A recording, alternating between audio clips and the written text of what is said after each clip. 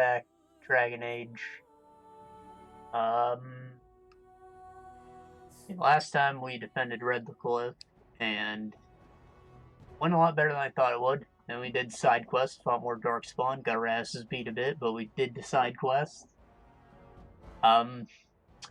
So, considering how alright the invasion went, I think that I will attempt to go into the castle, despite the Revenant probably going to murder us.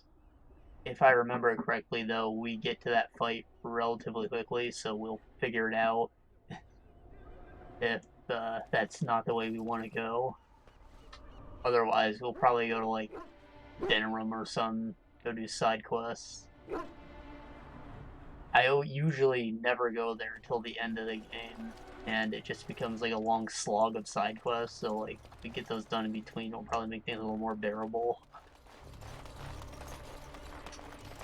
Anyways, that's our plan for today. Also got stuff to talk about.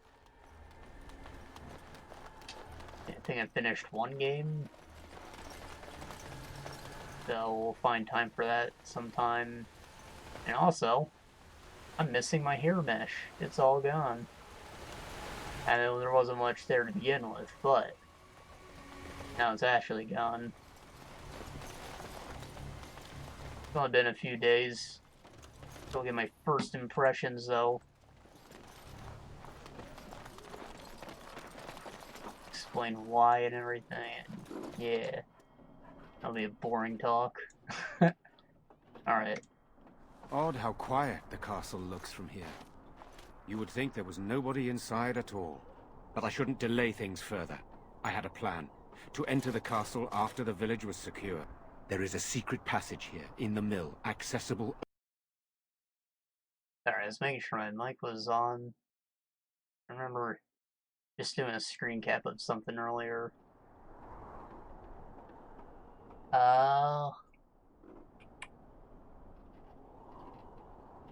Secret mill. I don't suppose this is the same place Alistair slept. There's only one mill in the town. I didn't even mention this before, you jerk. We could have just went in there, killed the army before they even got to the town. I knew you would choose to enter the castle instead of staying in the village. And we needed warriors. I'm sorry if I... Maker's breath. Smelly breath. Look at that fucking 12 FPS run animation. The Maker, you yet live. Isolde. You're alive. How did you... What has happened? I do not have much time to explain. I slipped away from the castle as soon as I saw the battle was over, and I must return quickly. And I need you to return with me, Teagan. Alone. Alone? Sure. Could be an ambush. Why don't we all go? Why don't we all go? What? Who is this woman, Teagan? You remember me, Lady Isolde, don't you? Alistair. Of all the... Why are you here? They are Grey Wardens, Isolde. I owe them my life. Pardon me, I would exchange pleasantries, but... Considering the circumstances... Please, Lady You have Isolde, time. I had no idea anyone was even alive within the castle. We must have some answers. I know you need more of an explanation, but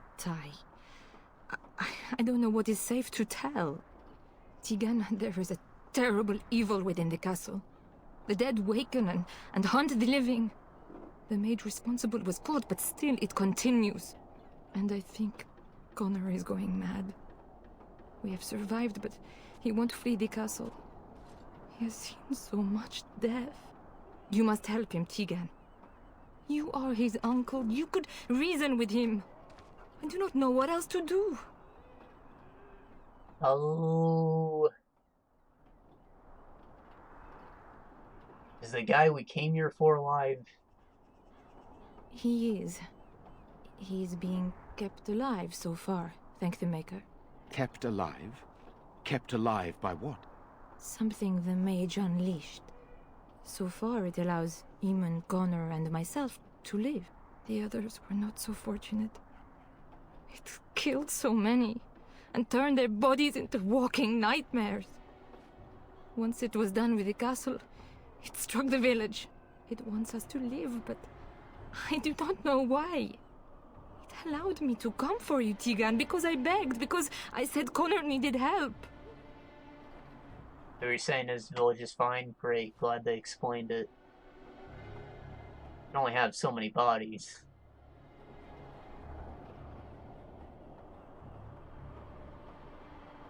Think this evil is some kind of demon, and what else could a mage possibly unleash? I do not know. Oh, Maker's mercy. Could it truly be a demon? I can't let it hurt my Connor. You must come back with me, Teagan. Please. And it was letting you guys live.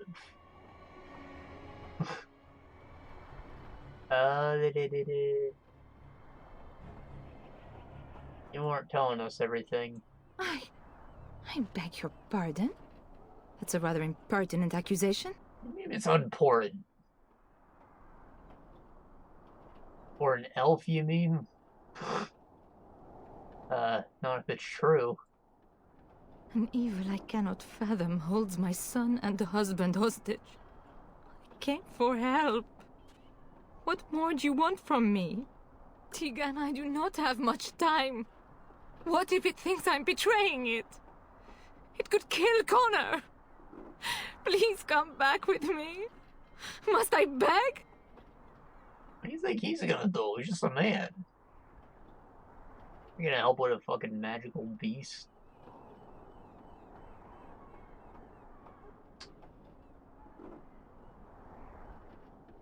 Why does the guy go on? For Connor's sake. I promised I would return quickly and only with Teagan. Teagan, I know you could order your men to follow me when I return to the castle. I beg you not to. For Connor's sake. Enough. The king is dead, and we need my brother now more than ever. I will return to the castle with you, Isolde. Thank the Maker. Bless you, Teagan. Bless you. Gesundheit.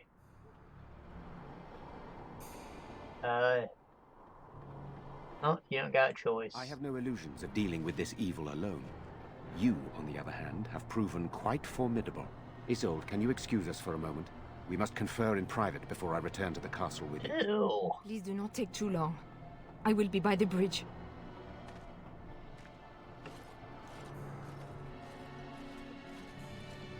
Here's what I propose. I go in with Isolde, and you enter the castle using the secret passage. My signet ring unlocks the door. Perhaps I will distract whatever evil is inside and increase your chances of getting in unnoticed. What do you say? So your ring unlocks the door like it's a key? It's like punch the door and twist it? It's gotta be a very fragile lock.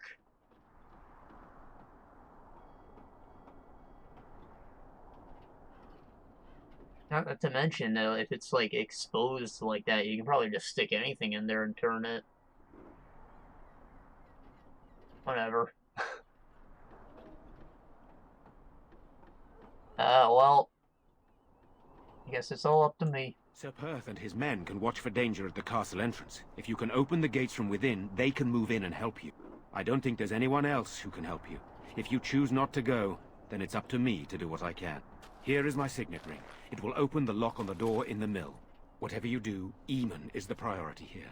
If you have to, just get him out of there. Isolde, me, and anyone else, we are expendable. Alright, I forgot about that. If we open the gate, Sir Perth will in fact come and help us with the Revenant. And they're just 4 dudes in massive armor. They will go down quick because the Revenant's pretty OP, but I feel like there are also soldiers there to help us. So those might be enemies. Not sure. Anyways, we have a meat shield. That's what I'm getting at.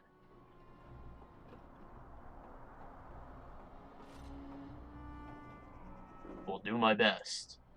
You're a good woman. The Maker smiled on me indeed when he sent you to Redcliffe. So we are just going to send him with that woman? It seems so dangerous. But I can delay no longer. allow me to bid you farewell. And good luck. In fact, just the part where Sir Perth is there is probably why they let you fight this Revenant mandatorily. Bann informed me that he would like us to wait at the castle gate, should you get the opportunity to open it. I would prefer to enter the castle with you, but he is right. Someone must remain to guard Redcliffe and bring word to the king should our plan go awry. At any rate, I will go to the gates now. May you remain in the Maker's sight, my friend. Yeah, get out of here, you rascal. Okay. So I think we just go through like a small basement section, and then we'll be right out in the courtyard where the Revenant is waiting. And whether or not we can kill that, we'll decide what we do with the rest of this session.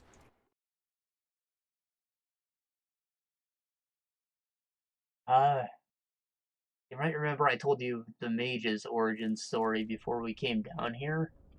That's because the mage who is here, this is a prison, next room, I you see locked his cells. myself in a cage once when I was a child. For an entire day. Ah, good times. A tunnel that went under the entire lake. Who would build such a thing? Right. Right, the mage who's locked up here is actually the friend that you help escape, so keep in mind that he's a blood mage. If you did the origin story, you'd have that prior knowledge, and it's neat. Otherwise, you just have to trust the guy.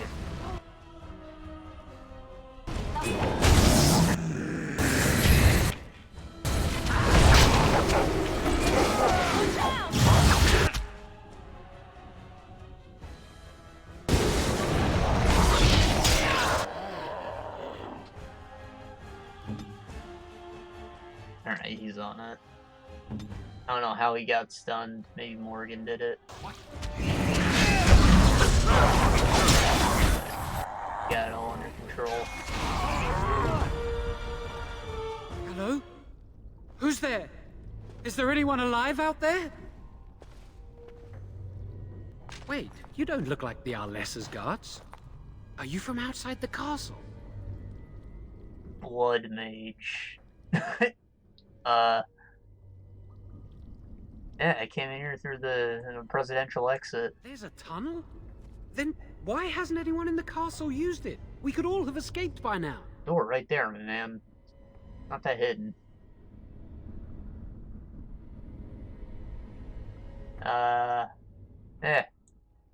Curious.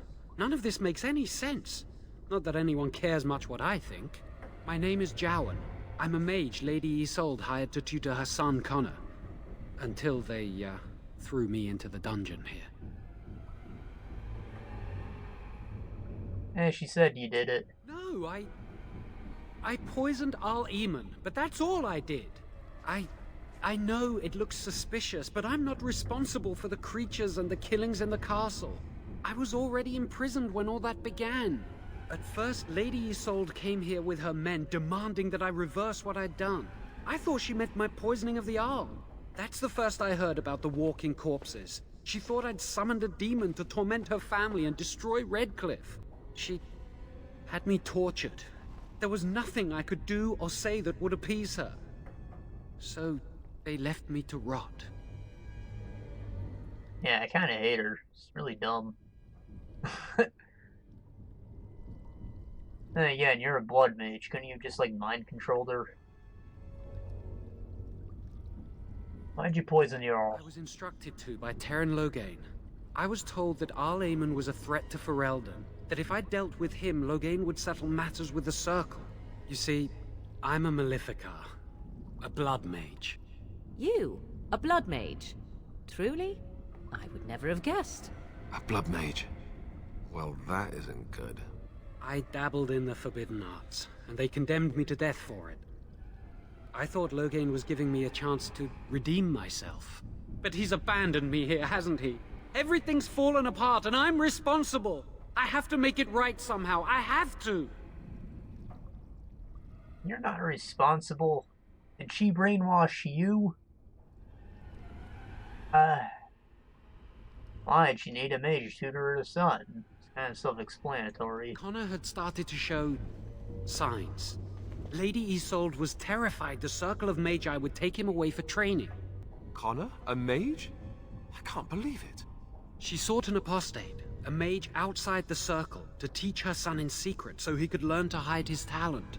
Her husband had no idea. What a dingus. So her son's responsible. Yeah. If it wasn't you, it was him. Only two mages. I thought that too. Connor has little knowledge of magic, but he may have done something to tear open the veil. With the veil to the Fade torn, spirits and demons could infiltrate the castle. Powerful ones could kill and create those walking corpses.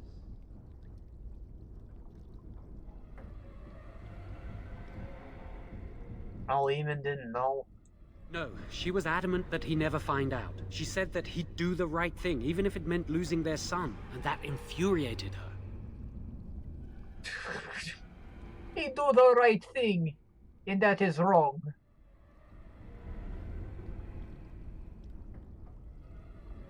How much magic did you teach him? Some. But he's still very young. He can barely cast a minor spell, never mind something more powerful. At least not intentionally. Like I said, he may have torn the veil accidentally.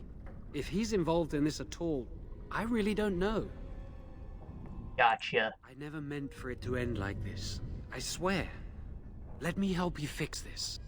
I say this boy could still be of use to us, but if not, then let him go. Why keep him prisoner here? Hey, let's not forget he's a blood mage. You can't just set a blood mage free. I'm Better saying. to slay him. Better to punish him for his choices. Is this Yeah. Alistair who speaks, or the Templar? I'd say it's common sense. We don't even know the whole story yet. He wishes to redeem himself. Doesn't everyone deserve that chance? A blood mage? Yourself, you mean? Everyone deserves a chance to redeem themselves in the Maker's eyes. This man, no less than any. I don't know. He is a blood mage. Blood mage. This is an unusual situation. Give me a chance, please.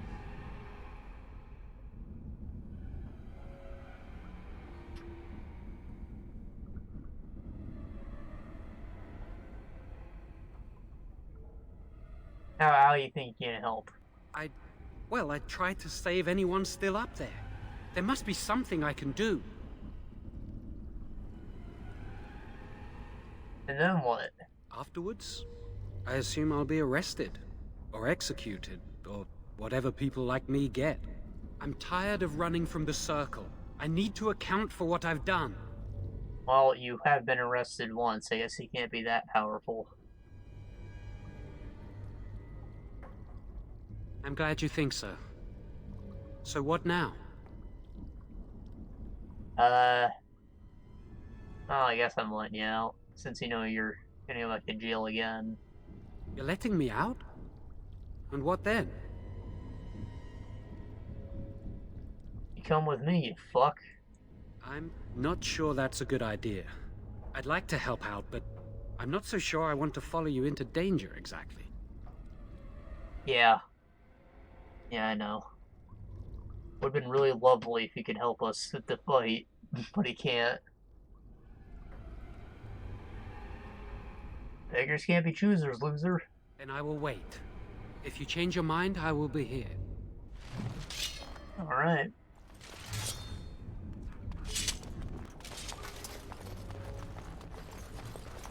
I want to set things right, but I also don't want to put myself in danger. What a wuss.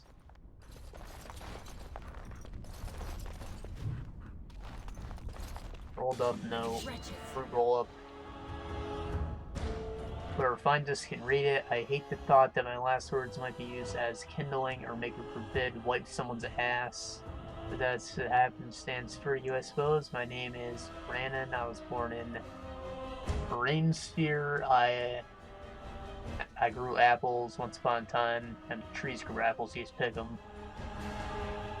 Legions came to an end, I bowed to their emperor, I turned to them like fire and orchids. My god. Okay, I thought that was my cursor up there. I was like, man, I'm not gonna read all this.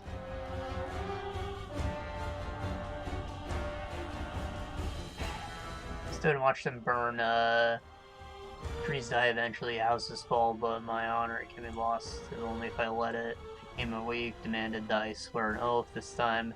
I refused, they flat main irons down here and I'll die in this place. It's a foolish thing to die for, doesn't it? I didn't leave his corpse here for that long. I mentioned the Orlesians were kicked out like 30 years ago.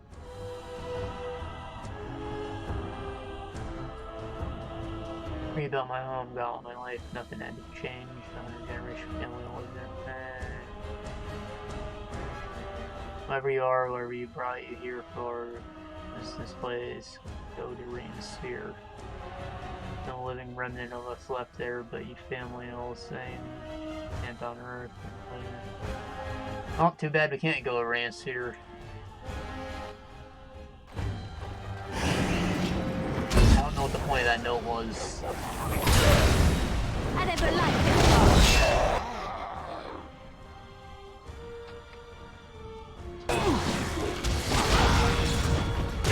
We already had, what's his name? Logan mentioned that the Legion, the occupation was a thing, so it's not like it told us about that.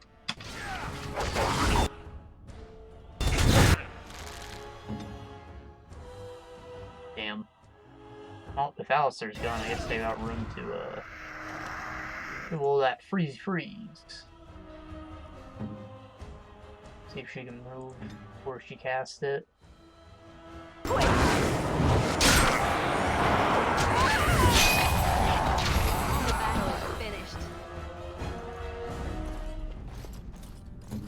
Alistair, you poor boy. I'll need a health regen. Oh, we can't have that.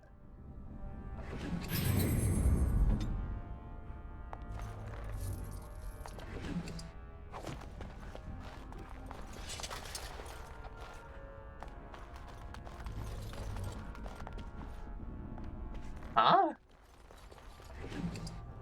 I didn't loot these before. I think these are a quest item for the mages collective or whatever. I wish they didn't take up inventory slots though. Oh, maybe they don't.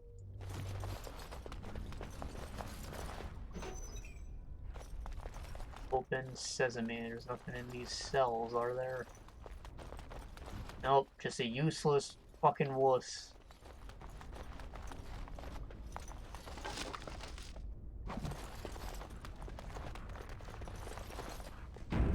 Alright, this should take us to the courtyard, where our fates will be decided.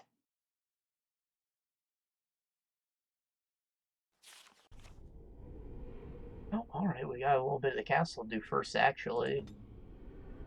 I thought this part came second, but I guess not. So then, As you wished. I believe this room has demons in it, which could be a little rough, and there's another room with a pack of dogs, which are actually very dangerous. And that's about all there is to it.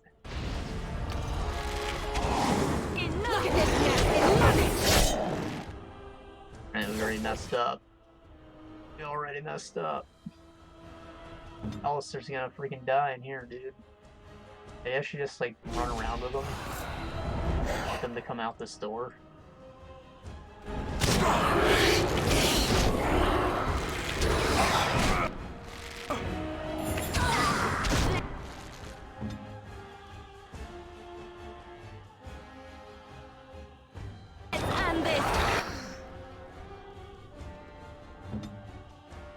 No, don't shield dash, Alistair, just run.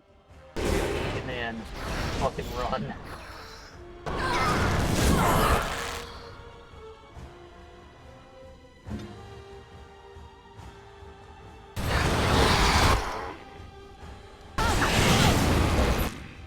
Firefall.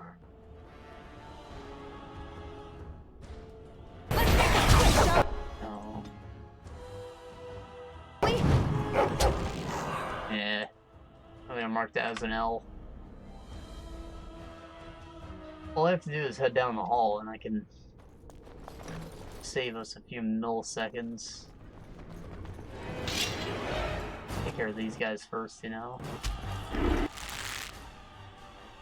Freaking shades weren't even aggroed at first. Alistair went into the room anyway, so...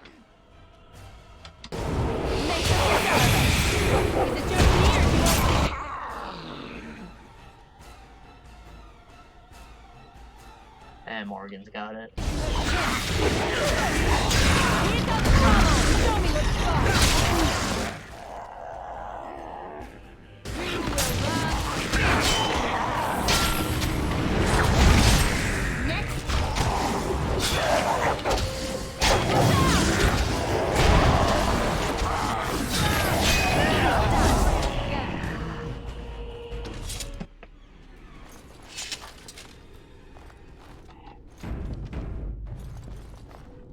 Allow me. I could do that for you. Then do it, As you- liar.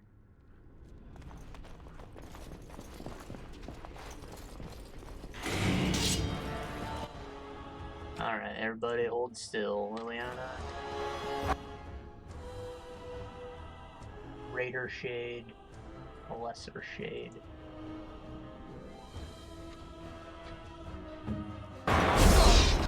Now the lesser ones first, yeah. Doggo-chan over here. Ready.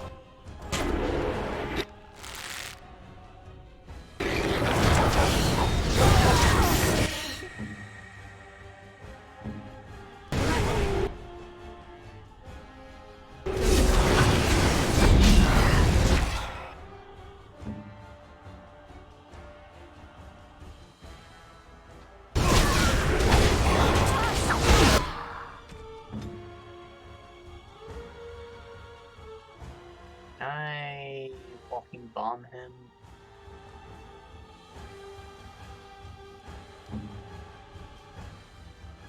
Cast that. You overwhelm. See if that does anything.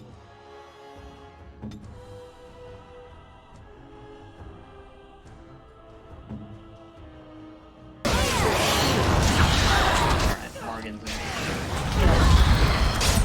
Damn.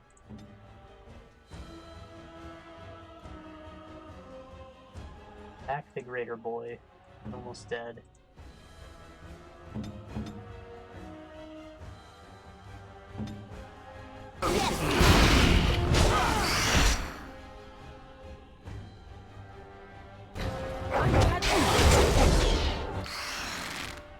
Wow. Oh, just small one. We'll probably live through this fight.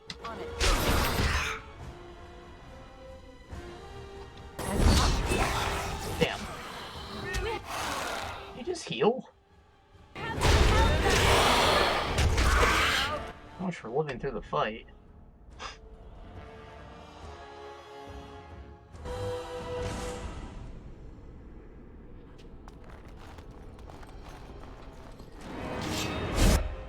It probably has that death aura spell.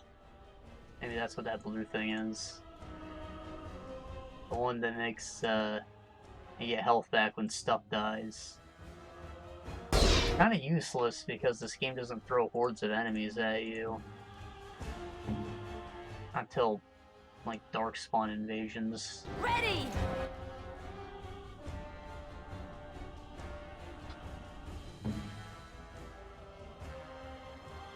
I shall. I'll try to be merciful.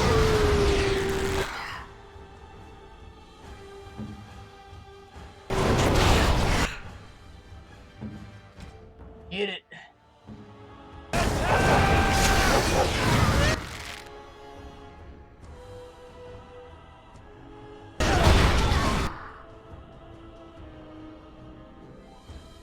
Praying for a walking bomb. Also, Morgan's not auto-attacking.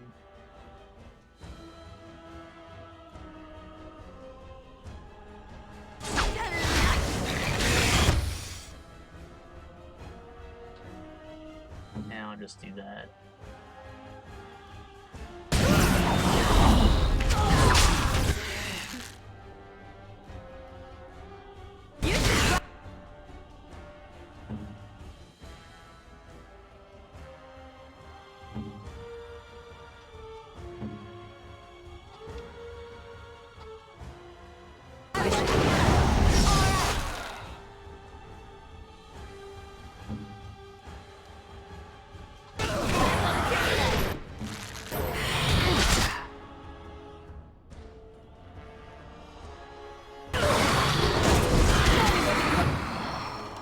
with the old web bukkake.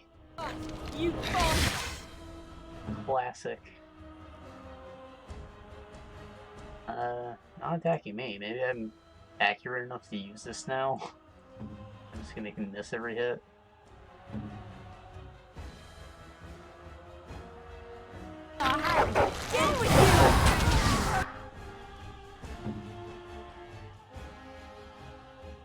Now, sir, why don't you just make it like a tree and get the hell out of here?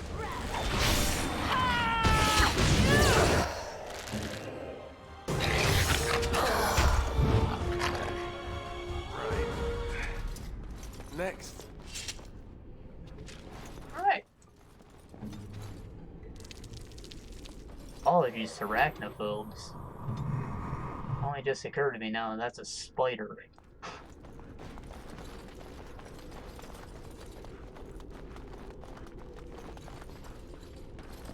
You know, personally, if it doesn't have a butt, I'm okay with him. Daddy Longlegs, don't give a shit. If it has a butt, though, it probably lays eggs, and it also probably has a stinger.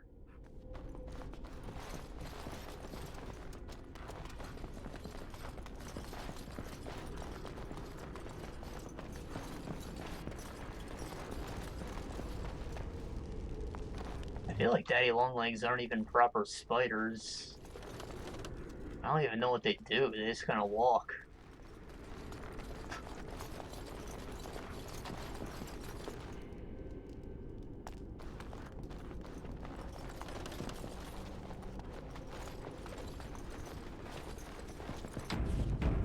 They're just like a little physics demo of something that walks. Allow me. The developers decide to leave in this world. Pretty crazy, every time they lose a leg, they like figure out new walk cycle very quickly. There's some that go on with only one leg. And it's like, yep, no big deal. I'll just drag myself around everywhere.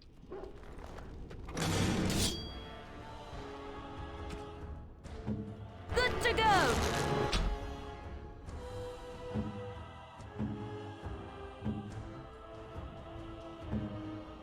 Hurry! Make a reserve!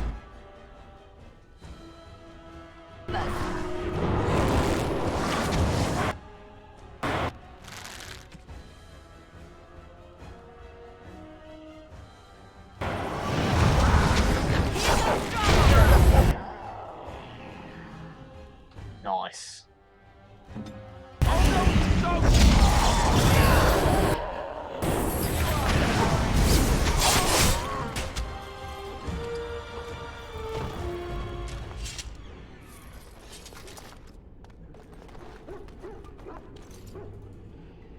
Can hear the dogs. Turn this room over here.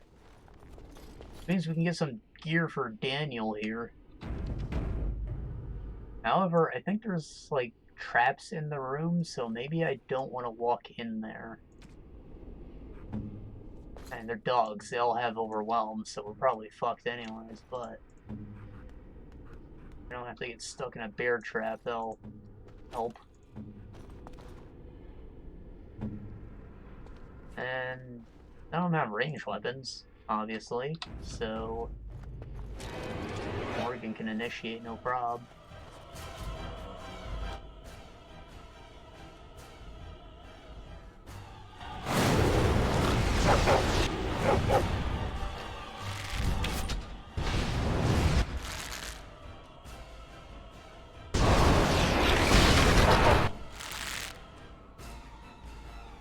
Get in there, everyone.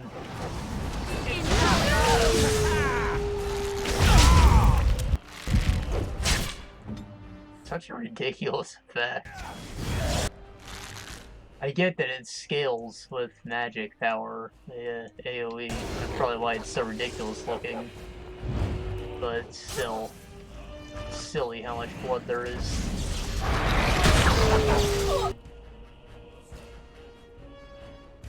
It's like something you'd see in Dragon Age 2. Which only occurred to me now that it's probably like that because Varric's the one telling the story, so he's like embellishing how brutal it was.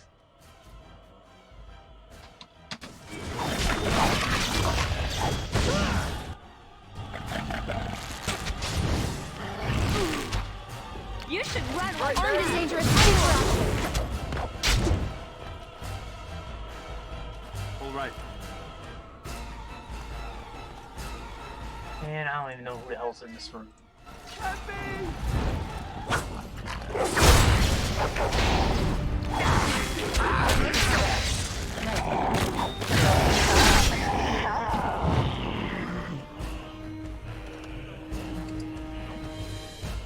As you wish. Very well. Do not think I will recover from this quickly. What have you got? Cracked skull, cunning, yeah, whatever, shows you. On it. Black leather collar. Wow. High fashion. This one's an elite. He's the alpha male.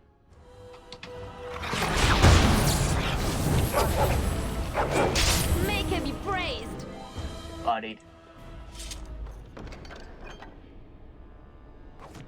There we go, some more paints. Get this boy tatted up. Constitution or armor? Constitution's health. And it also affects physical resistance checks. Armor is armor.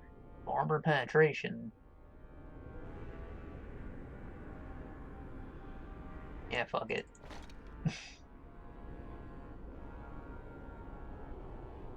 Cold or electricity, cold's probably more useful.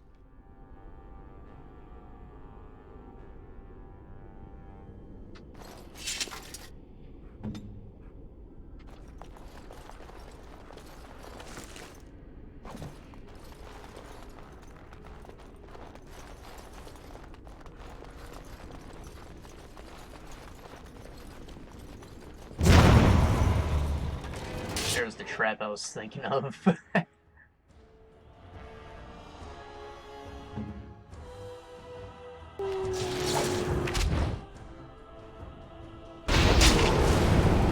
end this.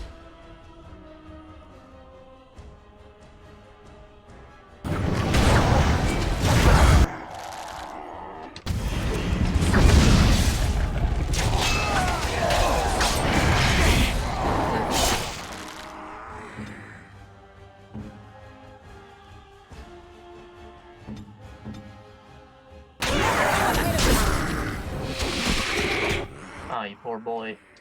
You couldn't get past the crowd.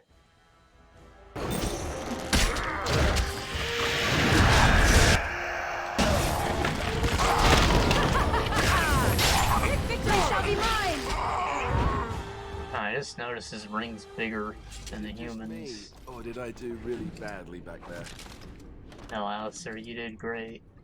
It wasn't you, it was the This should system. be easy enough. Right.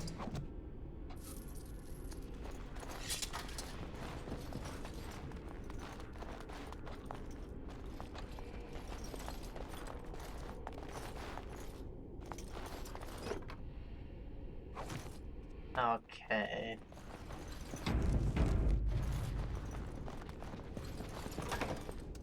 There we are, Lenna, the drunk blacksmith's daughter. She's actually alive. That seems like a small thing, but as far as like pacing in the writing goes, I think this is a good thing. You went through a bit of the tower, fought a bunch of undead. Now you see a human's alive. Like maybe there's actually still hope. What's her face? Stupidly, she came at, led Bann into a trap. It's very suspect. You might not be going back to a living family. Let's Got a get living started. person here, though. Please, don't hurt me. I'm not going to hurt you. I just came in here. I'm sorry. I'm so frightened. These monsters are everywhere. My name's Lenna. The Arlessa's maid. Is she all right? What happened to everyone? The Smith's daughter? You know my father. I want to go back to the village. Is there a way out of here? Yes, just use the presidential exit. You weren't supposed to know about it. But the monsters! They're dead. I'll find my way. I can run fast and I know the castle. Thank you. Nice humble brag. I just realized I don't have my auras up since Morgan died.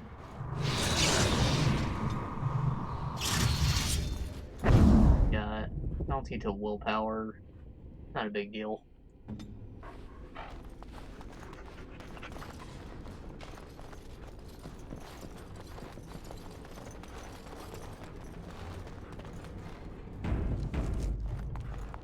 I think this door is locked.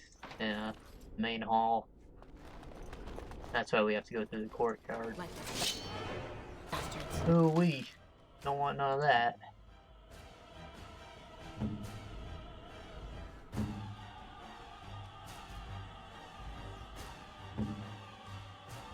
Weapons at the ready!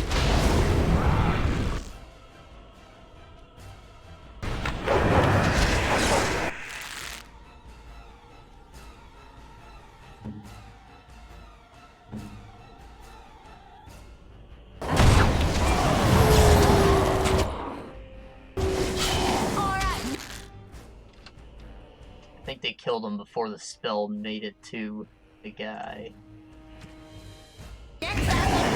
No blood explosion. Very sad.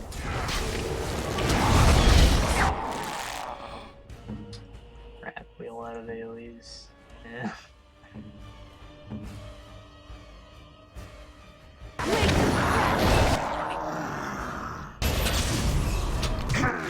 Immune.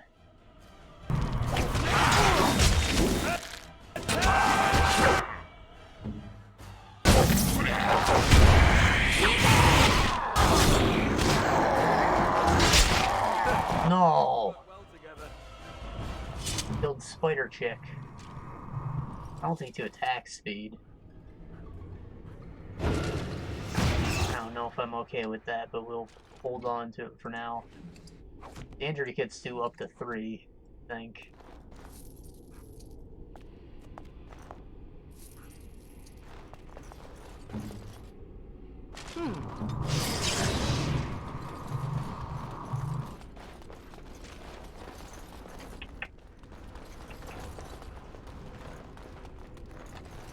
Alright. This should be easy enough.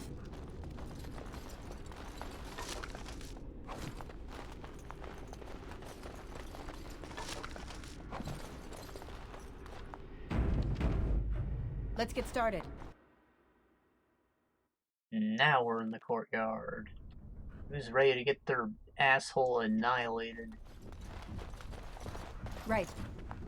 Allow me. I could do that for you.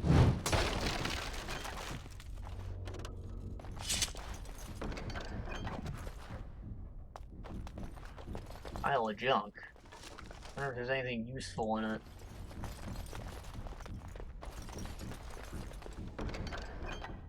Steel bracers.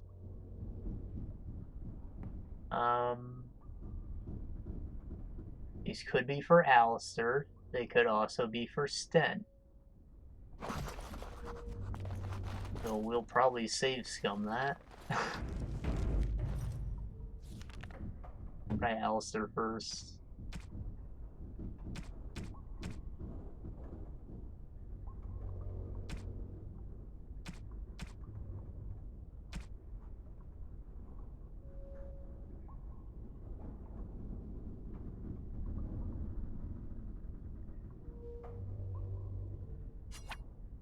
Is that for me? Really? I guess you liked it. Wow! Sword of Mercy. I think this is maybe also for Sten. It maybe belonged to this rebel queen.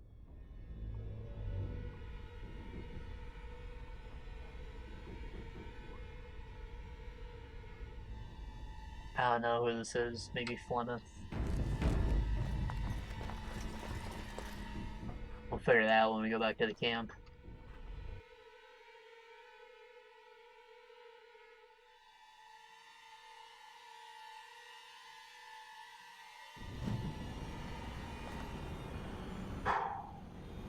Okay. Open the gate. Lillian, what are you doing? You fool. Alright, we'll send Dog up there to help. Ready! What the hell?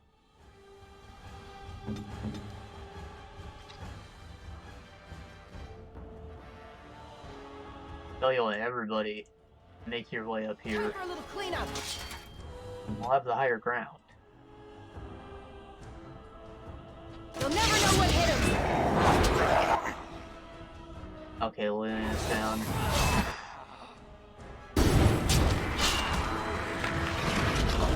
Dog is down.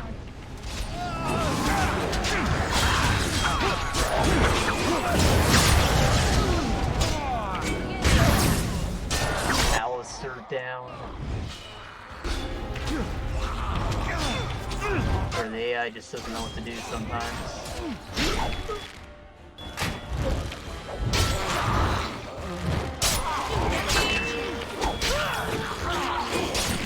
I mean, the Knight's got this. I'll turn that off.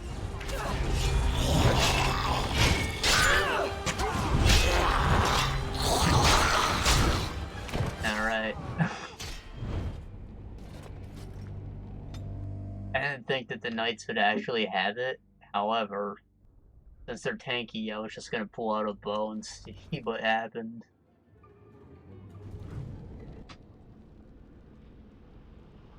But you know, I'll make Liliana do that, and everyone else can go and clear up the battlements, or whatever these are called.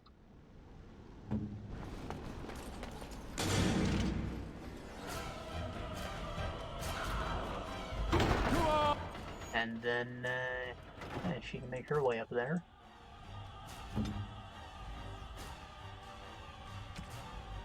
On it.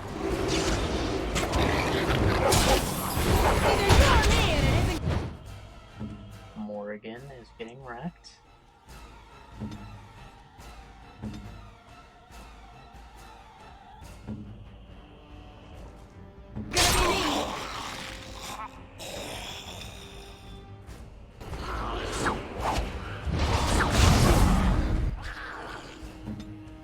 Alright, Alistair somehow died already. Love to see it.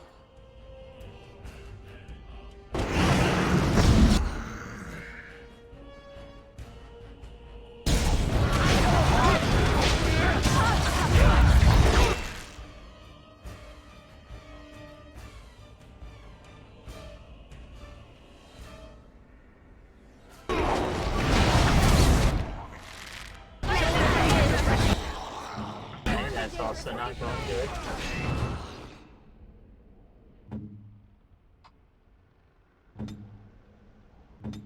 Dog is about to die. Dog is dead.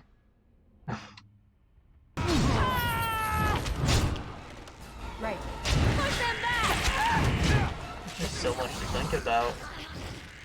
I think we had the right idea, but it kind of fell apart when it actually came time to act.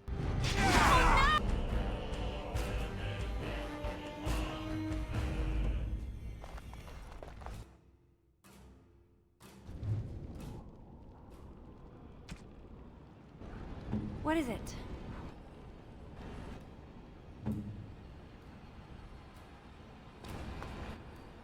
Alright, this is probably gonna take a while, so let's talk about video games. Yeah,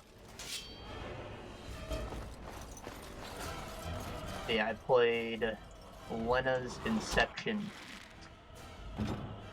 It's a procedurally generated Zelda title. 2D Zelda. Make us. As you might guess by procedural generation, not quite up to the level of Link to the Past, more like Link's Awakening or the Oracle games and how it's done. So, you know, puzzles a bit more basic, items are similar as you might expect, And gameplay is pretty basic too, but by no means bad.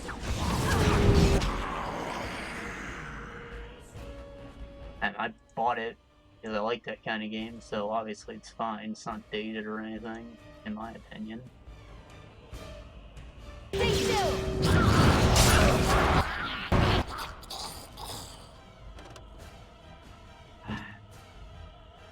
Right, so the thing about procedurally generating a game is if you're not doing very short runs, it usually feels kind of bad. If you're going for like generating the whole game in one go, it usually gonna end up feeling a little shallow. And definitely the case here, I guess. I think it definitely came out better than something like Chasm, which we talked about not long ago. I'm not really a fan of.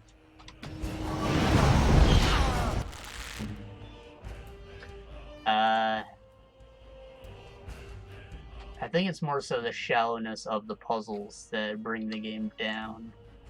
You'll never know what You go into a dungeon and you'll either have to kill all the enemies, walk around random rooms until you find a key, or do one of the block pushy puzzles. You know what I'm talking about.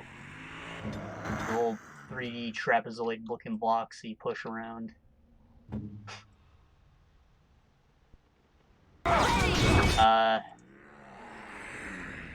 You know, that's all pretty standard fare for what the Oracle games were.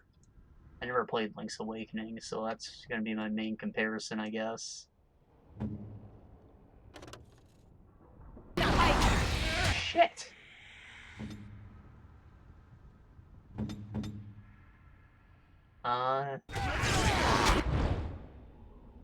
You're not able to attack that ground? Weapons at the ready! I want her to focus on the Revenant.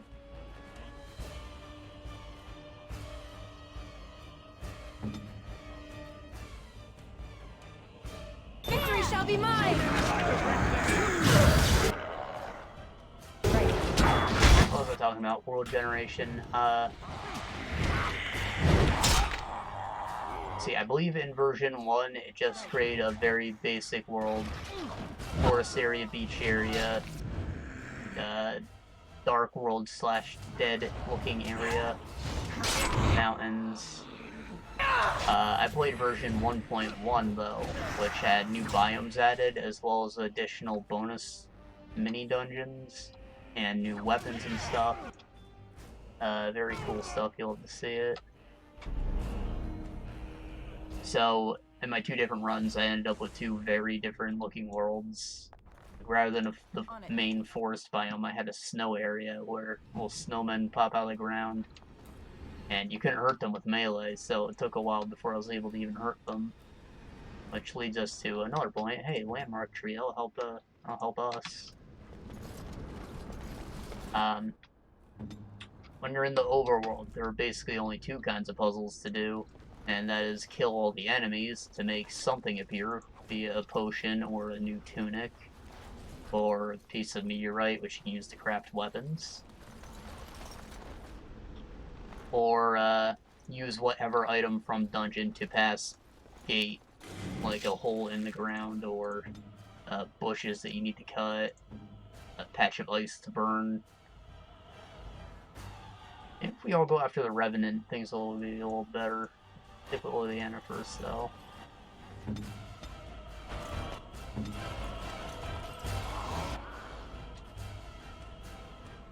Right? So at first that seems kind of bland. You're going through the game, you don't know the mechanics, you're probably playing it exactly as you'd expect. Like just a very linear Zelda experience. As you wish. However, it's procedurally generated. They have to account for stuff that's breaking, of course. So there's actually quite a few ways to sequence break, and once you figure them out, the world feels a lot more open. For example, the potions and tunics all share the same effects, so if you get one or the other, you can usually pass by these barriers. Instead of getting the jumping item, you can instead get the levitation tunic / potion, or bombs. There's one that makes you explode, so you can use a bomb essentially for the cost of health.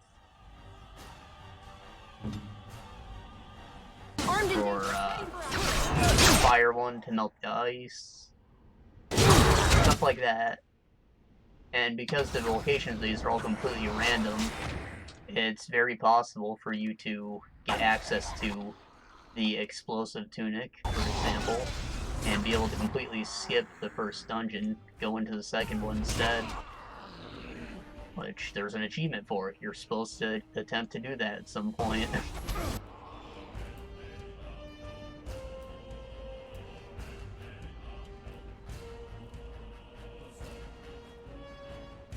I need to get out of aggro range of those guys. Let Lenna take care of it.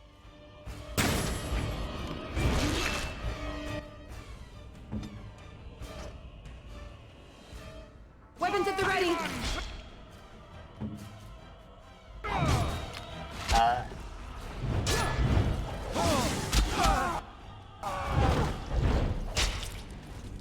So I thought that that was all very cool. It was something I couldn't appreciate until my second run through. Which, as we'll go into minor spoiler territories. There were 3 endings to the game. And, you know, you're probably gonna play it, like I said, just go through the motions, go through all the dungeons, collect all the items. But once you get to the end, you will realize that nobody ever told you to kill the bosses until, like, halfway through the game, maybe. But, like, there was nothing stopping you from grabbing the dungeon treasure and leaving. Which is how you're supposed to get the second ending, where you didn't kill any of the bosses. It's actually pretty difficult, because of that, you don't have any health upgrades, unless your world gave you a bunch of bonus hearts in places. Mine did not. I was able to get 1 health upgrade in that run.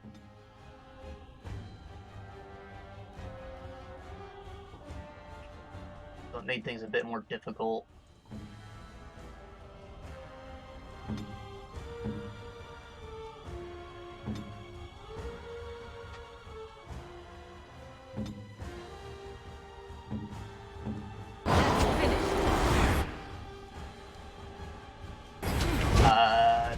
Thinking.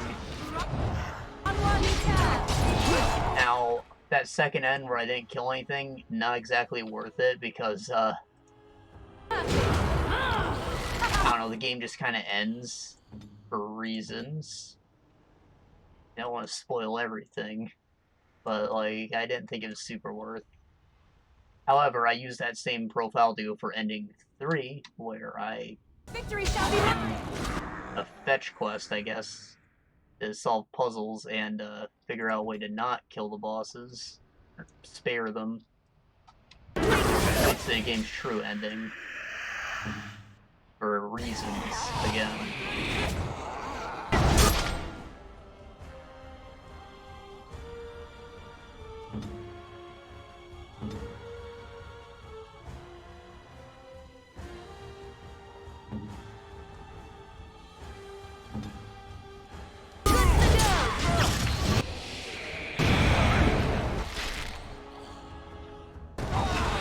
So I guess doing that run sort of forced me into like a high skill playstyle where I wasn't getting hit.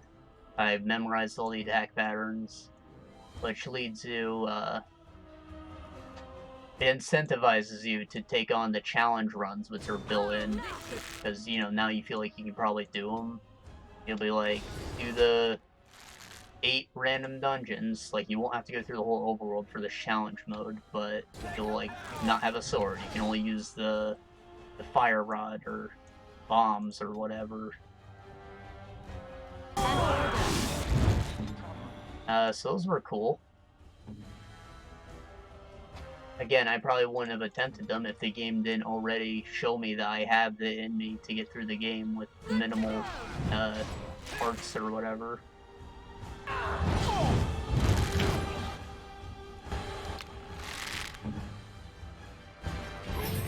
On it.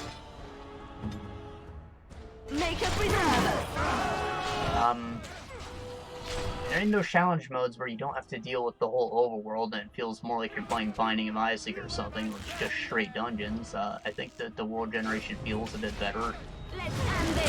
You're not just in a kind of shallow world, you're in a quick little roguelike dungeon. I think it works better there.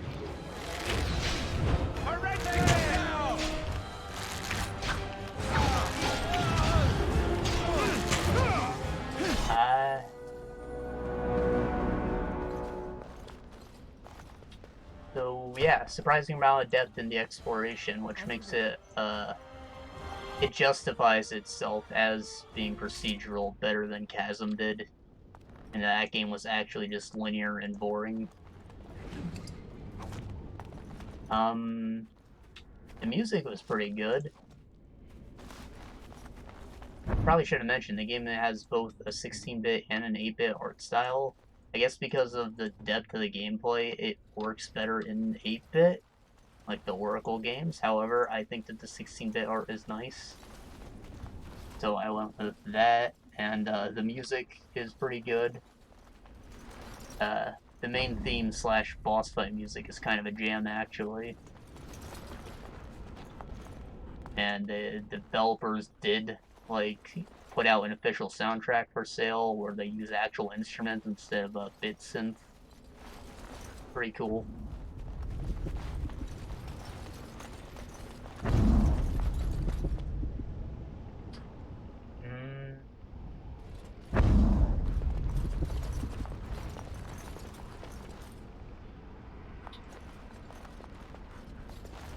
Guess all that's left to talk about is the story / writing, and I guess I'm gonna draw from a negative review I read of it, where a guy was like, the writing is hilariously bad. What do you need? You saw the hero get murdered, and you're just like, okay.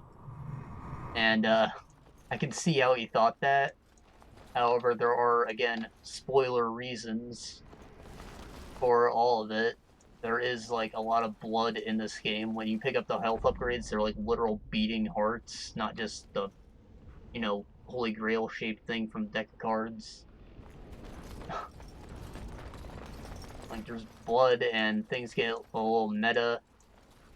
There's a whole glitching mechanic that you have to use for the final dungeon where you, like, break through walls to end up on other sides and, like, avoid locks so you can get keys, and it's really weird. In fact, it's such a complicated puzzle that the final dungeon is the same in every world, because it needs to be that good, I guess. I don't know.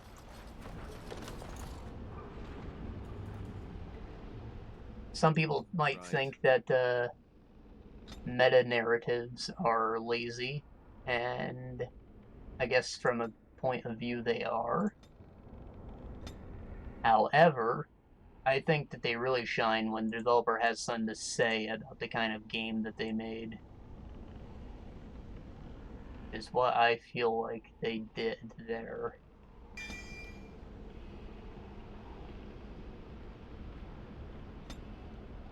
Right, this guy definitely understood what made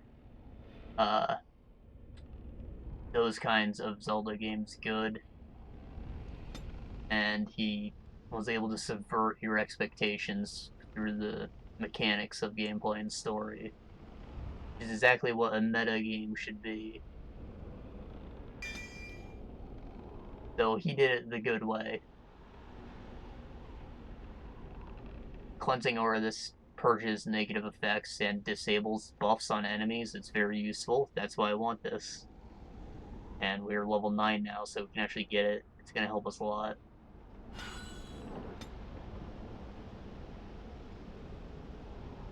So, yeah, some people might not feel the story, but I appreciate what it does.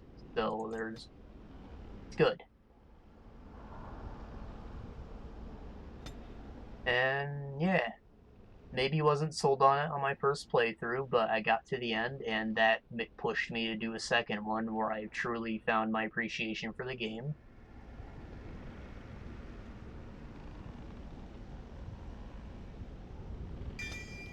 And that was pretty good. I'd definitely give it like a 7 or an 8 if I had to give it a rating. You just have to be go in with the expectation that you're going to play it multiple times, I guess. If you're only looking for a one-run thing, you're probably looking at more of a 6. I don't know.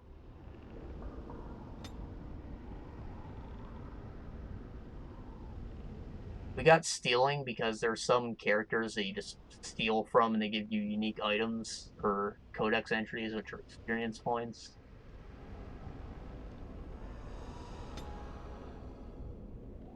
And there's no crime system in this game, so you can just steal and it's no problem.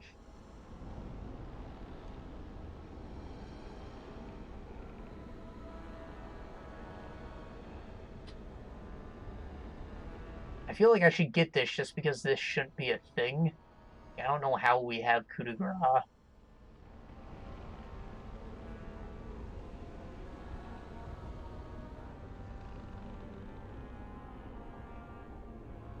There's no level restriction on this, so I can get it next. Defensive fire, Arca gains 12 defense, 2 armor, slow rate of fire, increases attack duration by 25%. Master Archer grants additional armor and defense. It's not bad. Definitely something I want to turn on judiciously.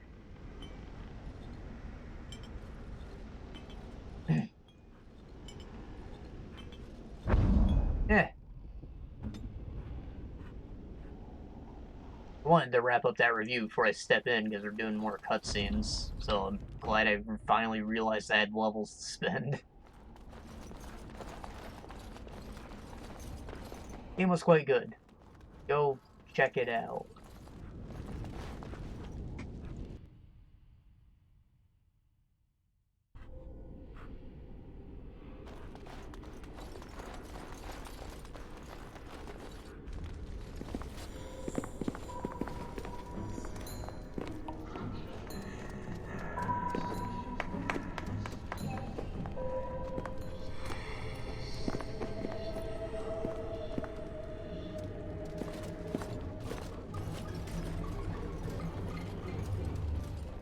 So these are our visitors?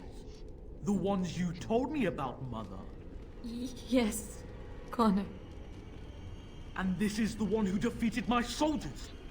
The ones I sent to reclaim my village? Yes. And now it's staring at me. What is it, Mother? I can't see it well enough. This is an elf, Connor. You've seen elves before? We have them here in the castle. Talking about us like we're objects? I had their ears cut off and fed to the dogs. The dogs chew for hours. Shall I send it to the kennels, Mother? Connor, I beg you. Don't hurt anyone. Killed the dogs. Mother? What's happening? Where am I? Oh, thank the Maker. Connor, can you hear me? Get away from me, fool woman! You are beginning to bore me. Grey Warden, please don't hurt my son. He is not responsible for what he does. Oh, he's the evil force. I knew you weren't telling us everything, you lying sack of fuck. You've been protecting him? Connor didn't mean to do this. It was that mage, the one who poisoned Demon. He started all this. He summoned this demon. Connor was just trying to help his father. And made a deal with the demon to do so? Foolish child. It was a fair deal. Father is alive, just as I wanted. Now it's my turn to sit on the throne and send out armies to conquer the world. Nobody tells me what to do anymore. Nobody tells him what to do. Nobody! Ha ha ha ha! Quiet, Uncle! I warned you what would happen if you kept shouting, didn't I? Yes, I did. But let's keep things civil. This woman will have the audience she seeks. Tell us, woman, what have you come here for? Okay, first off, I want to make it clear Bann Teagan is not brainwashed. He's just being an idiot because he needs to entertain Connor. And I believe there's an option to try and fight him right now in his human form. And Bann Teagan will fight us if we do so. So, like, he is in his right mind. He doesn't want us to kill his freaking nephew.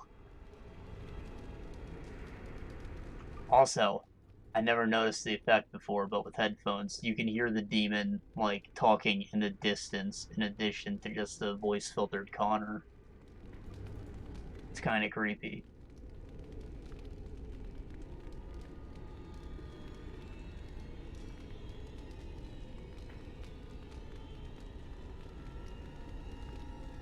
Also, fair deal. Arl Eamon, kept alive by demon's magic. Not cured from his poison, but alive. Very much like genies in that sense. Like, they are honorable.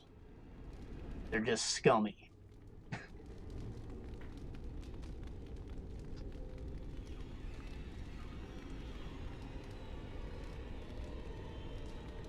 I need to see the Arl. So you're a concerned well-wisher. Why didn't you say that in the first place? All this sneaking around and killing is so unnecessary. You didn't just let me in. He's so very ill. We really shouldn't disturb him. Isn't that right, Mother? I don't think... Of course you don't. Ever since you sent the knights away, you do nothing but deprive me of my fun.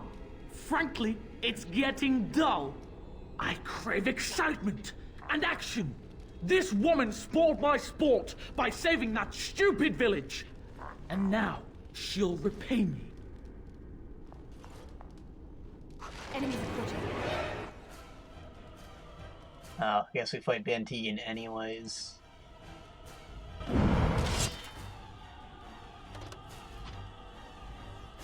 Yeah, all these guys are armored. They might actually be a bigger problem than the Revenant was. So, if we make everyone hold still, have her run away, and Alistair's thing might be able to cleanse that aura. Morgan needs to cast his buffs.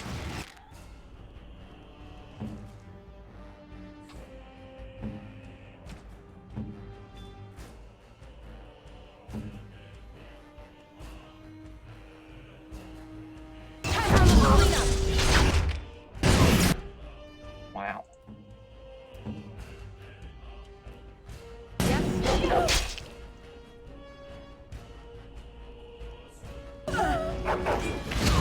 I think maybe this is similar to the bar fight. Once we bring down Teagan, the rest of them will stop.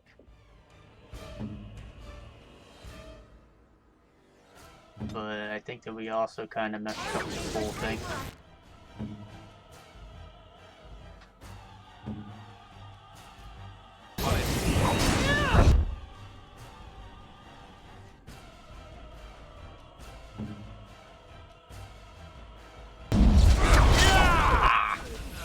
Why he's so fast?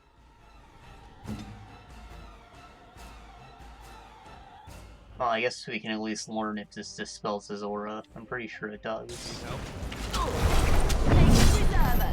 No. Alright, cool. Magical auras, maybe. But I guess this isn't technically magic.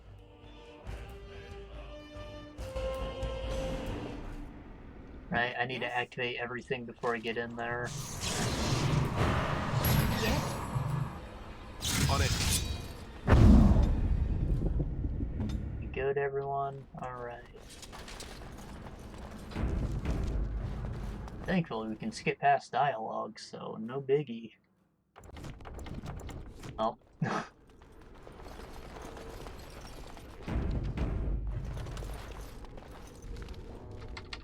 Warden, please don't hurt my... But let's keep things civil. This woman... Alright. Everyone stand still. Alistair, move up front. Lenna, just back up a little bit. Then Morgan. I am ready. Them cones ready.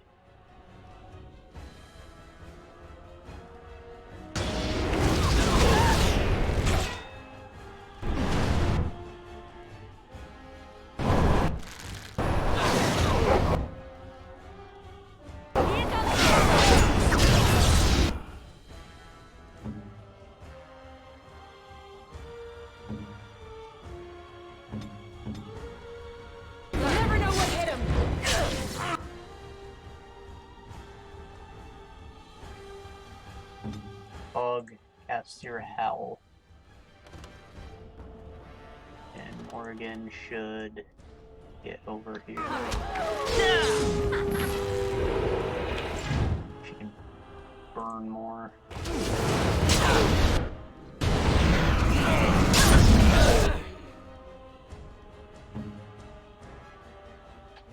Wow. They both melted in a second.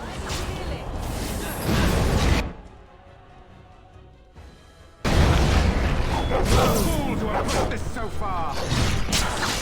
You had it coming! I definitely need to take care of those archers. Crossbows don't scale with damage well, but they all have a lot of armor penetration. They're kind of strong just on their own. Which is why my character is using one.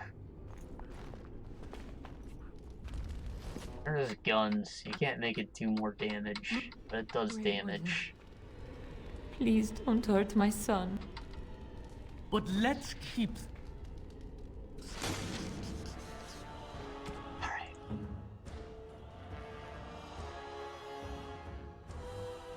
Back to what we were doing before. Hurry! So be it.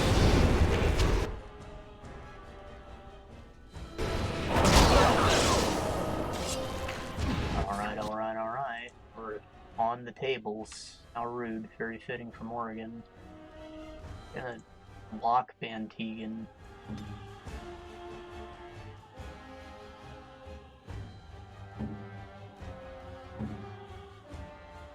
Get both of them to attack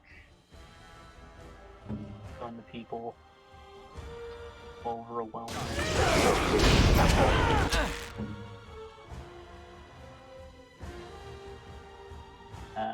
It's a walking bomb, this. No. Alright, well. Tried.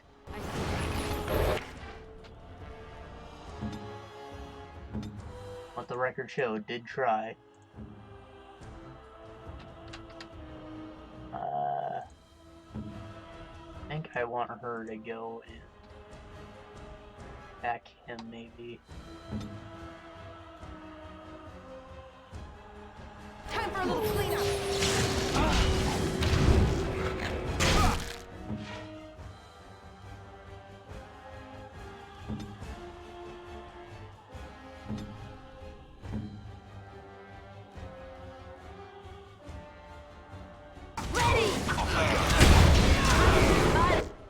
Alistair's probably gonna die here. Should I just let him, or should I drag it out? I don't know.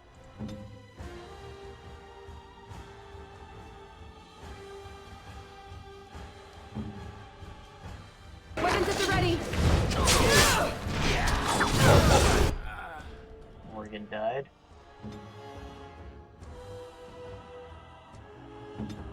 I will stay here and fight guard. Ulster is alive. Amazing. You'll never know what's in. Alright, now he's dead.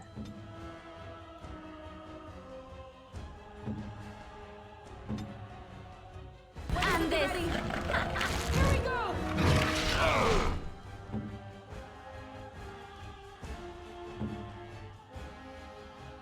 Dog's probably not gonna take that potion. Victory shall be mine! I will take one though. And this guy is probably gonna get stunned. Either you or me! You should run while you can! Okay, she got sniped.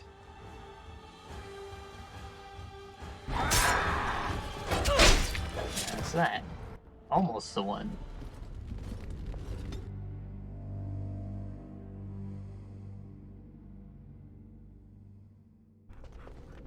Honestly, this all feels a lot less hopeless than Ocelot. Grey Warden. Please. But let's keep...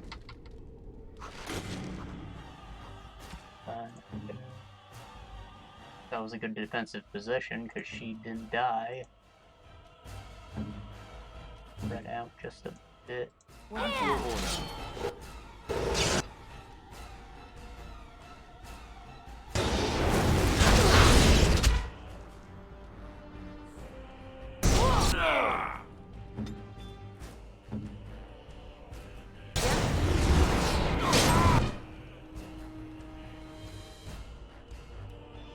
No.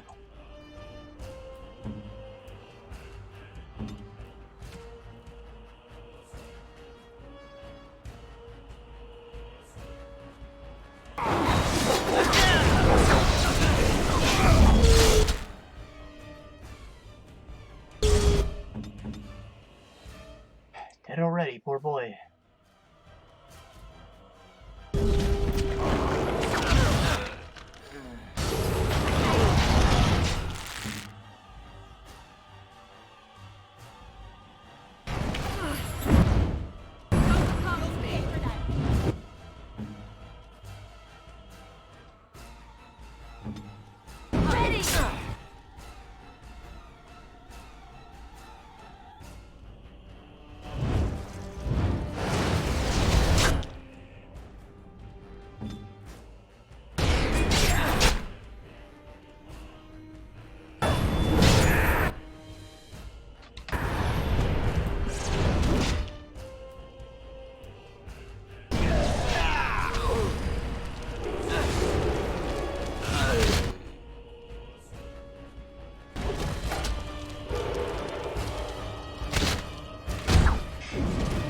Damage.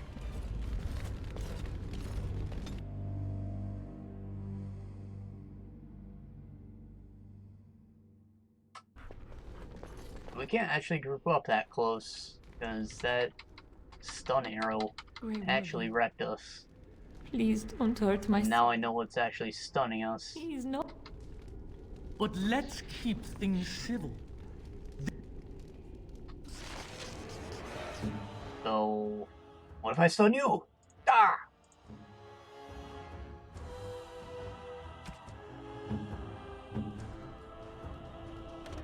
I want Doggo-chan to come over here. Victory shall be mine!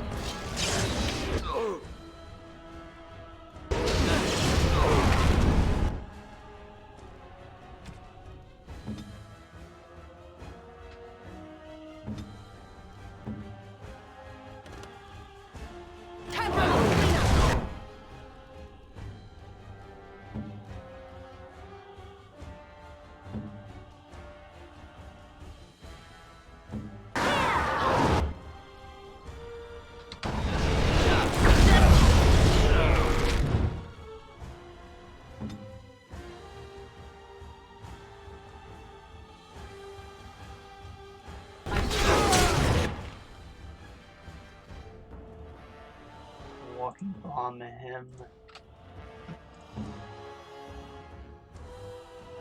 I want to see murderation.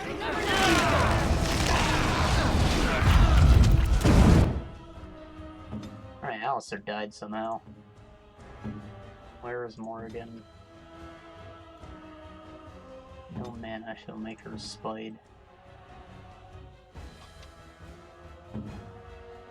Finish this. Finish him off, Liliana down. I'm not gonna say it's hopeless yet.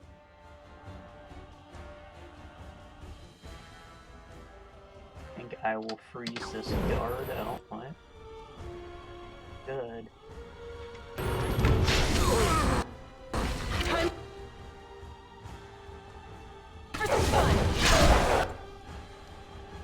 Web him up.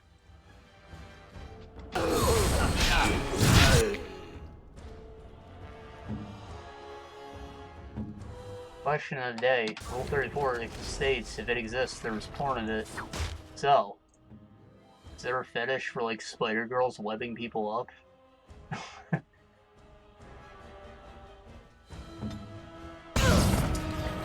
Let's make this quick, shall we? Gotta be. Where else would, Quelog come from?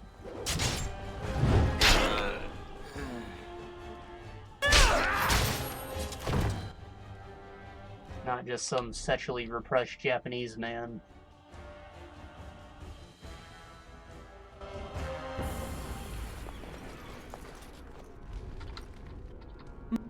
Grey Warden, please don't hurt my son. But let's keep things civil.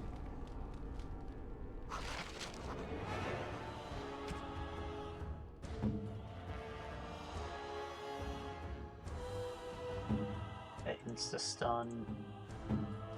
I like to plan with dog. Yeah. Right.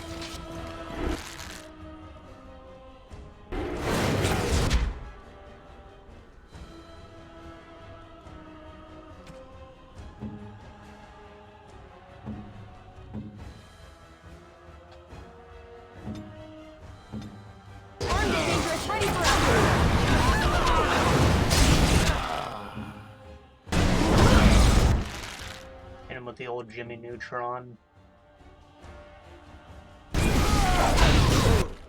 Oh shit. I didn't realize he was pummeling.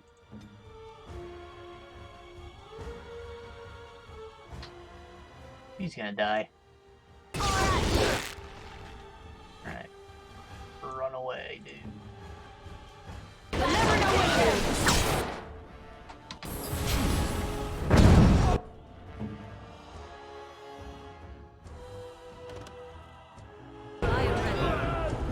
Oh wait, we're good, we're good. Get in there. Walking bomb him.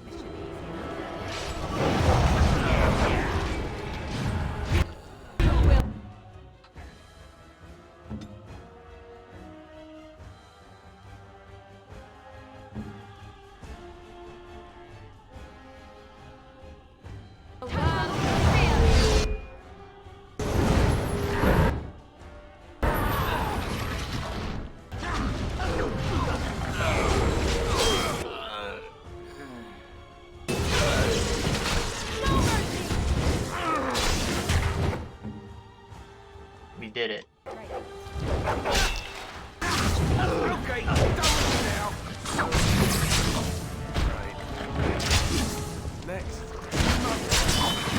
Fight without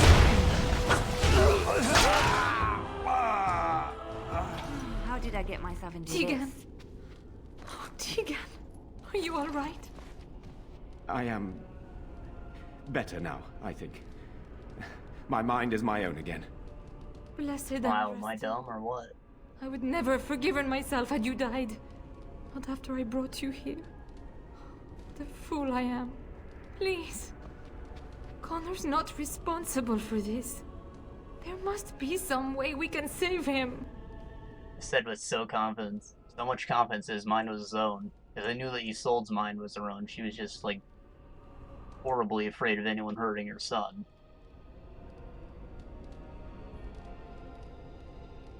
Oh well.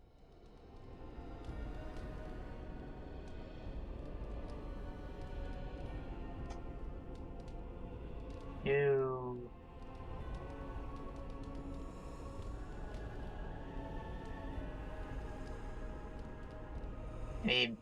I see no way it can end happily. That's probably why I would say.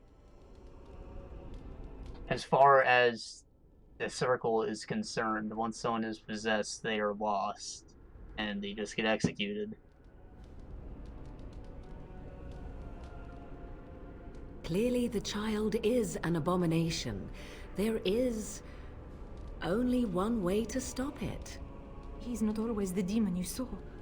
Connor is still inside him, and sometimes he breaks through. Please, I just want to protect him. Isn't that what started this? You hired the mage to teach Connor in secret, to protect him. If they discovered Connor had magic, then they'd take him away. I thought if he learned just enough to hide it, then... It's never enough. Anyways, she ain't that dumb, because she realizes that Connor is in fact still under. He breaks out sometimes. Which is why saving him is an option, because he's not a complete abomination yet, otherwise his body would be warped.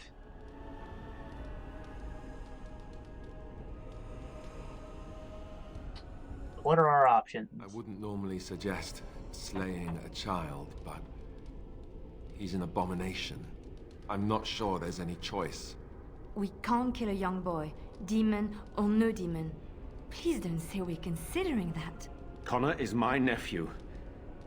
But he is also possessed by... Right, everyone's on Team Death. Death would be merciful. No?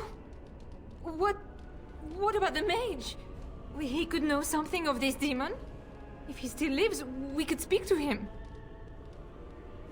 I don't think he's trustworthy. But he's still alive. Then we should bring him here immediately. I do not know how much we can trust him. But we must find out what he knows. Teagan, could you find him? I will try. Though if he resists, I will not hesitate to kill him. I'll return shortly.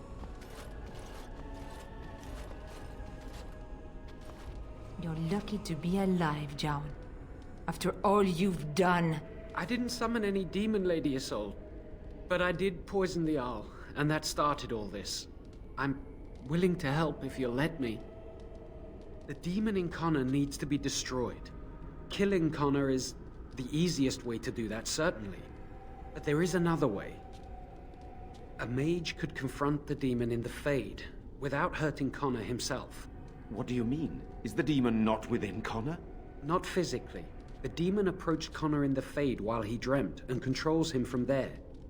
We can use the connection between them to find the demon. You can enter the Fade, then? And kill the demon without hurting my boy? No, but I can enable another mage to do so. It normally requires lyrium and several mages. But I have blood magic.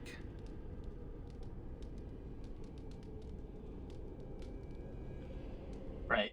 So, you probably still gonna blame him for everything, but why would you tell a half-lie like that? Yeah, I poisoned your husband, but I didn't summon the demon. Still poison her husband, which is pretty horrible, and you get executed. So, go all in. You're telling the truth. Or, gonna lie. Whatever. Anyways. I guess this is technically an option that we can do for right now. So, why not? Except for blood magic's forbidden, but you know, we're also helping out an apostate who is possessed by a demon, so we're breaking a lot of rules.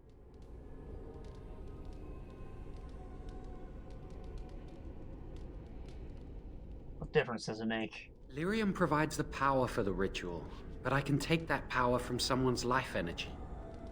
This ritual requires a lot of it, however. All of it, in fact. So, someone must die? Someone must be sacrificed? Yes, and then we send another mage into the Fade. I can't enter because I'm doing the ritual. Maybe I shouldn't have said anything. It's not much of an option.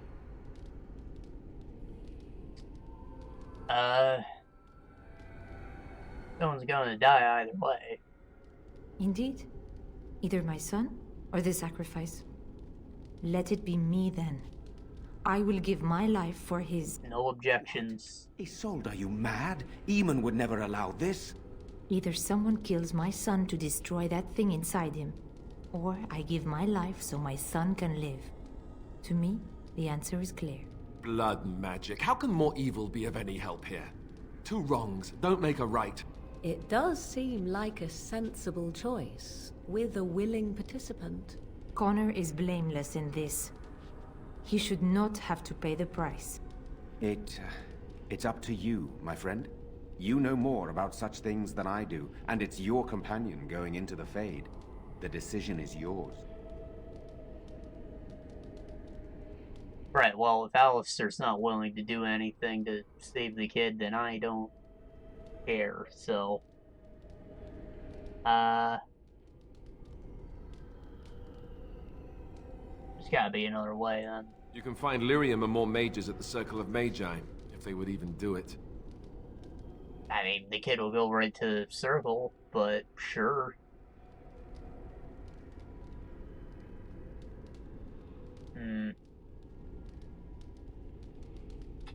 So, this is what I meant when I said the game kind of funnels you, and that you have to do Redcliffe first, basically.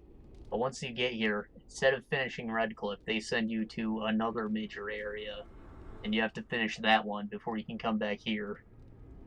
Kinda ridiculous.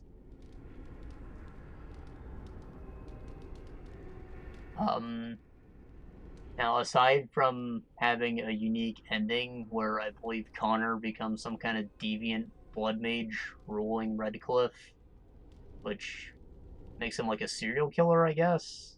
I don't remember the entire implications of what happened much later in the story, but yeah. I guess he's just a fucking bastard. If you save him with blood magic and not send him to the circle.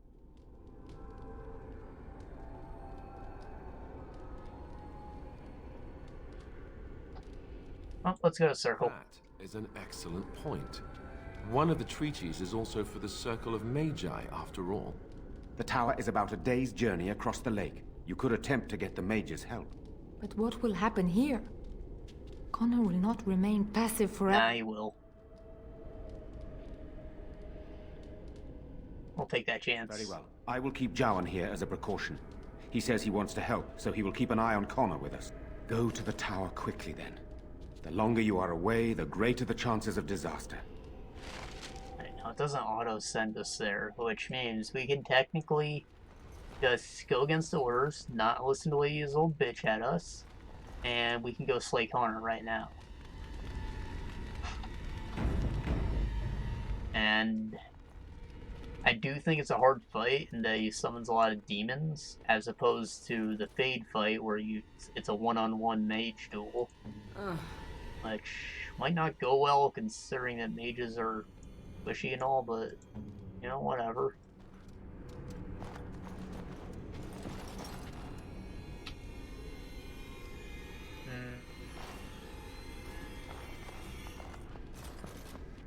See, there's enemies in there. I believe it's these suits of armor, which are kind of hard because they're all massive armor.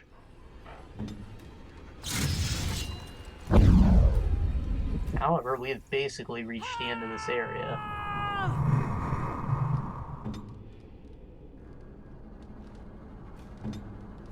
There's just this one room left to loot, and then we can leave. Oh, we could technically go to the circle. We could also go somewhere else. I think I will go to the circle just because why not? God, there's a lot of seams in the floor. Some there. Z fighting here. I guess the rock is a part of the door. Those overlaying the ground. There's a pressure plate somewhere. That might be what I'm seeing here, actually. Maybe Leanna.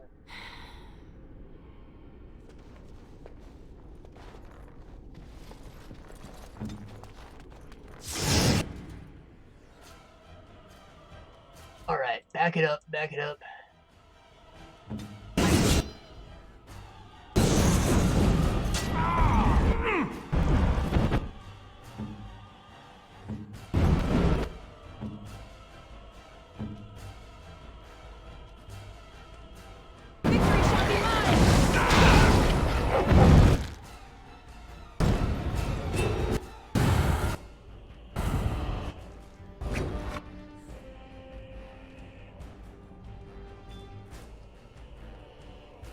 Where is Alistair? Okay, he is surrounded, so I should not do this. That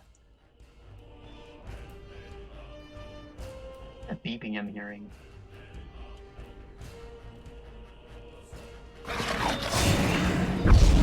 I know what it is, no big deal. It sounded like it was coming from in the game because it was so quiet, but no, it's just outside my room.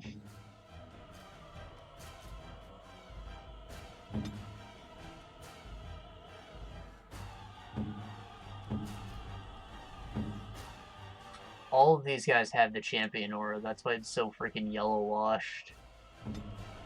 Oh, it is transparent once they're all laid over each other so much, it kind of just becomes 100% that color.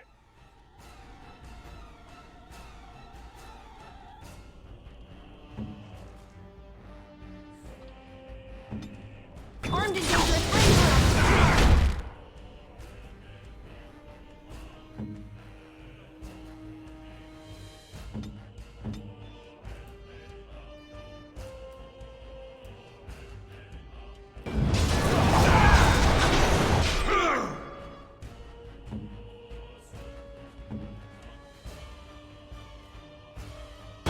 blockade is failing.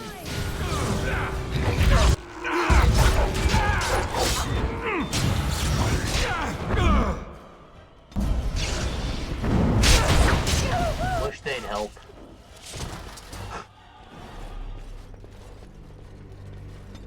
It'd make more sense if the door closed.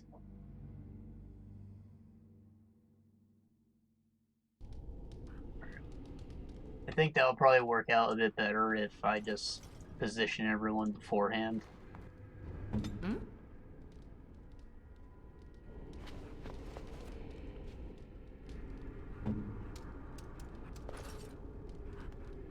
What now?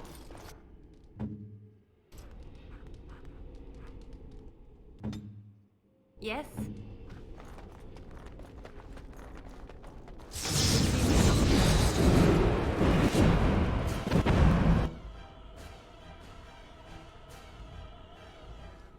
Very well.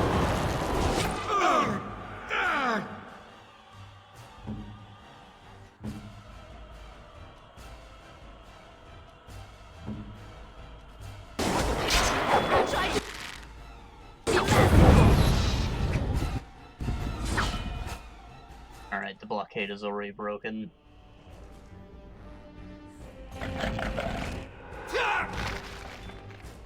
Oh, that's not gonna help anymore.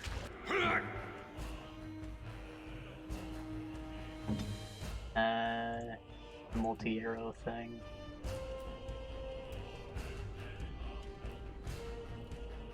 Cast that.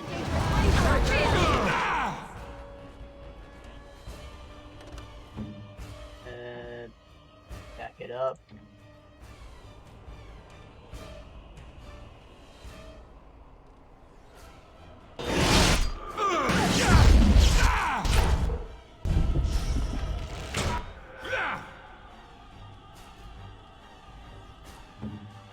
Oh, I still don't have the free move on. It's not good.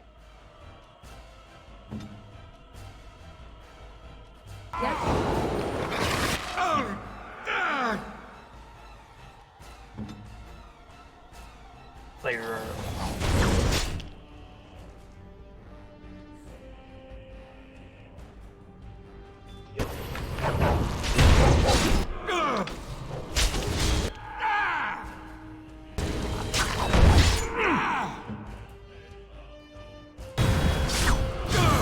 Yeah, this is not good.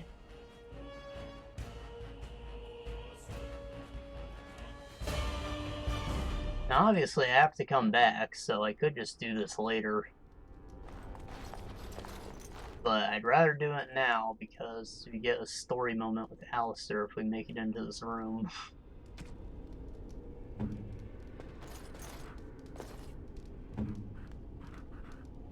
What now? Like, he already told us about the locket, right? I have the item I bought, the blue satin shoes or whatever. I know who those are for, but I'm gonna wait until that character tells us why we should give it to them. Because then it'll make sense why you get like a crap ton of approval points when you give it to them rather than just being random. Speak.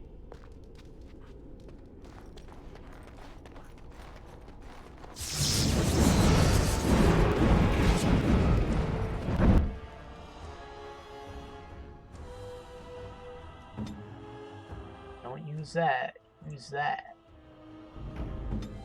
Direct me.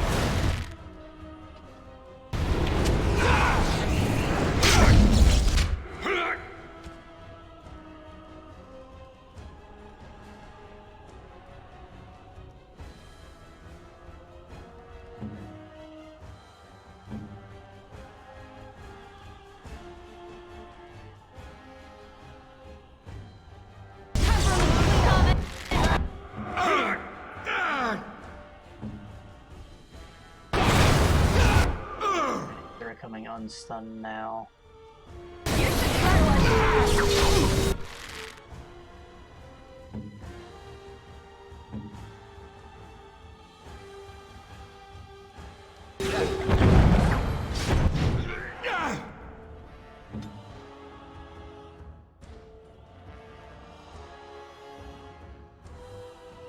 back out of this place.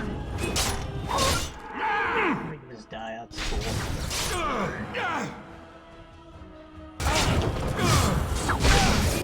I don't think the bomb ever went off. Not good.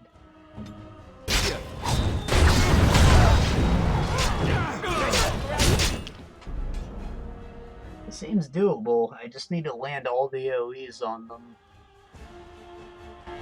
So I should probably be starting with the ice spell, not the fire one. If you must.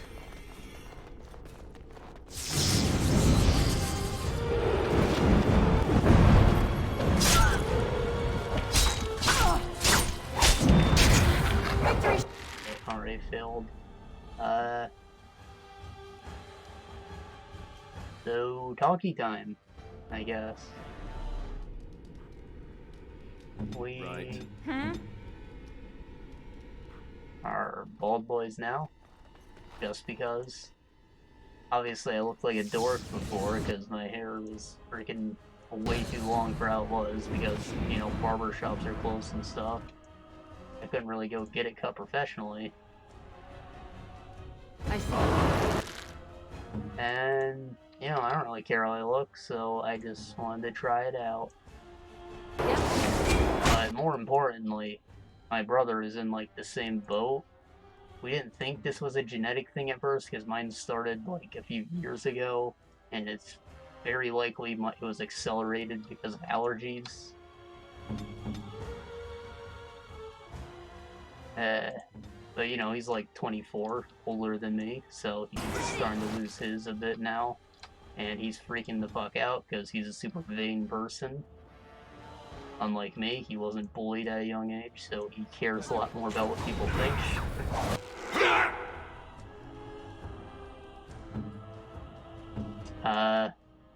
After hearing him bitch for like a little over a year about this kind of stuff, I was just like, you know what, if I do it, maybe he'll be less of a bitch. You know, he's the older brother and I make the man move. It should inspire him, right?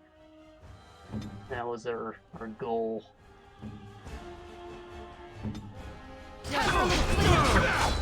Anyways, it'll grow back. It looks fine. I know I have good bone structure, so that's all whatever. Personally, I didn't want to put in the effort to make it completely smooth, so the patches are a little ridiculous right now.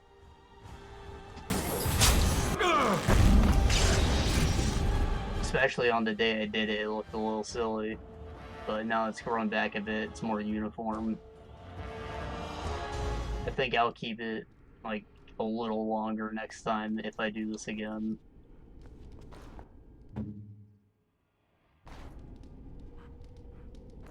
Because not enough of it's gone to justify being smooth. Unintended consequences. One, the skin up here, super sensitive. I actually noticed I have like a ton of moles, which is not a good thing. Moles come from sun damage, so it's like a sign that you're at risk for cancer in that area, I suppose. They're not black, which is like called a melanoma, which is actual cancer. Still not a good thing, but you know, I didn't know those were there, so I should probably wear a hat when I'm outside more often. Maybe save myself some trouble in the future.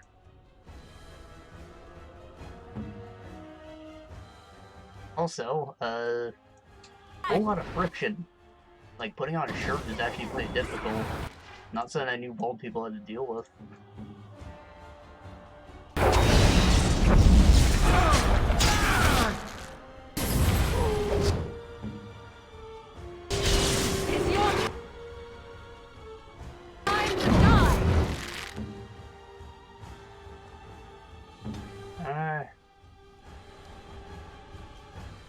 See, as far as shock value went for like the people that I see on a day-to-day basis, I'm telling you, you're blown out of proportion in your head, guy.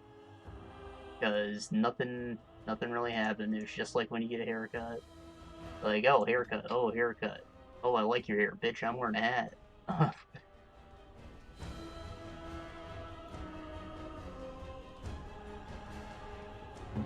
And then, you know, life goes on as usual.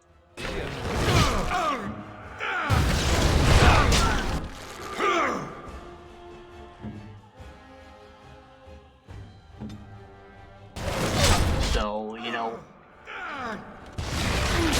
maybe hearing that will do the same thing, inspiring other people who are freaking out like my brother.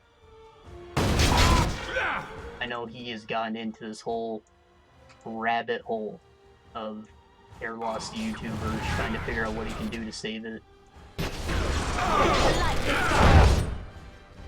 One of them actually refers to it as a hair loss industry, which I think is hilarious because it's true. All these people have made careers out of this.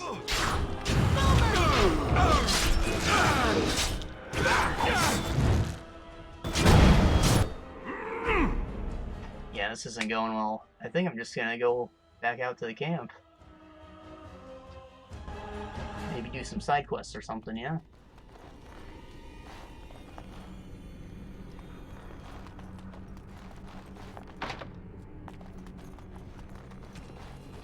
And you know, by all means, go ahead and use restoration products. I just personally don't care about how I look, so I don't really see a reason to bother with it, but go ahead. Nothing wrong with it. A lot of them use, like, hormones, which may give you ED for a bit, but, you know, if you're freaking out that much, then it's gotta be worth it, right? It's not like you're gonna be taking it for the rest of your life. Just use it till it comes back, and then, like, don't have ED anymore. Not a big deal. In fact, when I said that to my brother, he did the most fucking convoluted thing he could have done. Where I'm like, you know, you've been single for like a whole year. Why don't you just take it? What's the matter if your dick doesn't work for a little bit?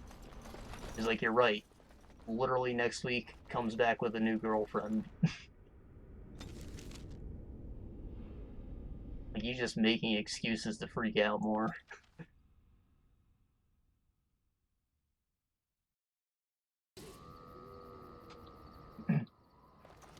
Me, on the other hand, I'm a turbo virgin. Great, I have all the free time in the world. Except when work takes all my time, but...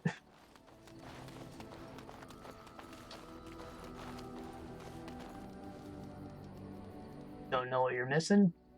Don't worry about it.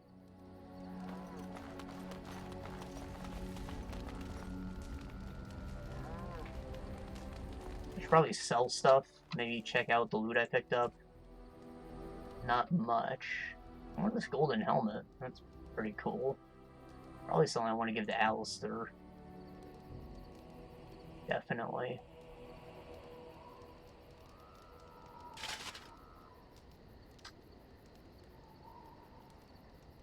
So, the Dwarven armor set is a mix of heavy and massive, I think, but all of it looks like this.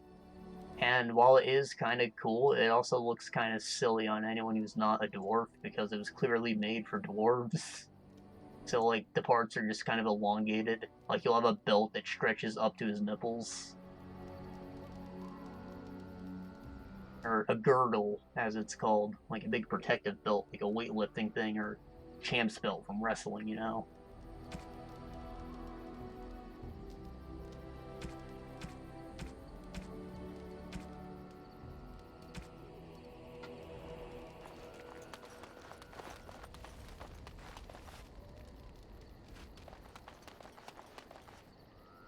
How many runes? Enchantment? Enchantment, yes. No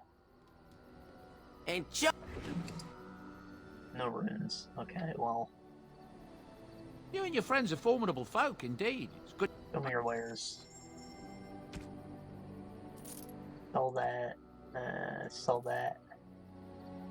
Maybe should have given that to Sten. But, you know, it's not that good.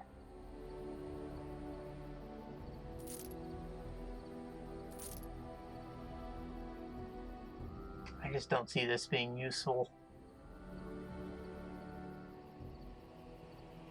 I think maybe in the elf area where we run into something that does electricity damage. Otherwise, it's just not that common.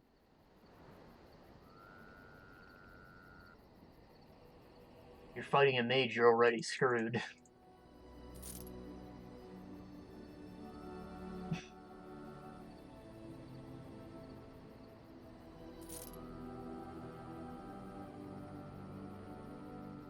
Spirit hands.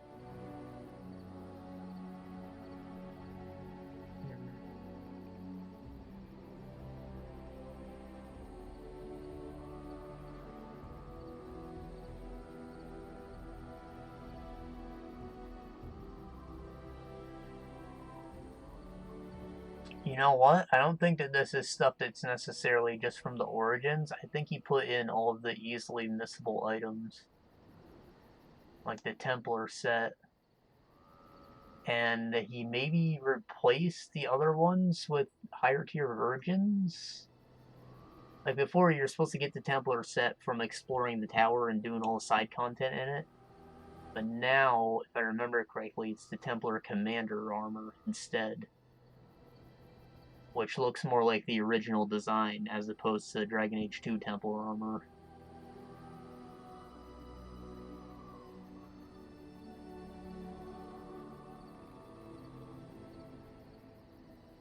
That's a pretty good shield.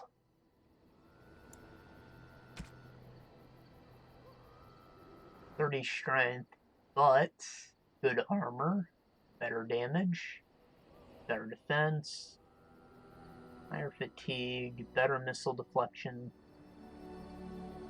and better in every other way.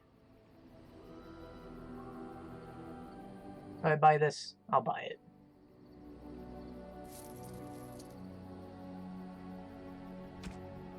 Weapons, anything cool? Battle axe, the Fishali, the shale, the Shiao. So many words to pronounce that. And before, I so confidently said Lenna's Inception. It could be Lena, could be Lena. I think Lenna flows off the tongue a bit better, though.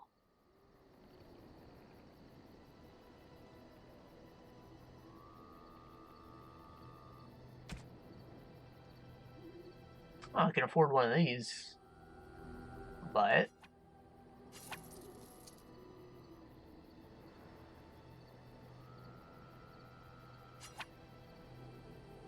But oh, there's something to talk about. Lyrium. The blue potion, so you'll naturally assume that it's mana, and it is.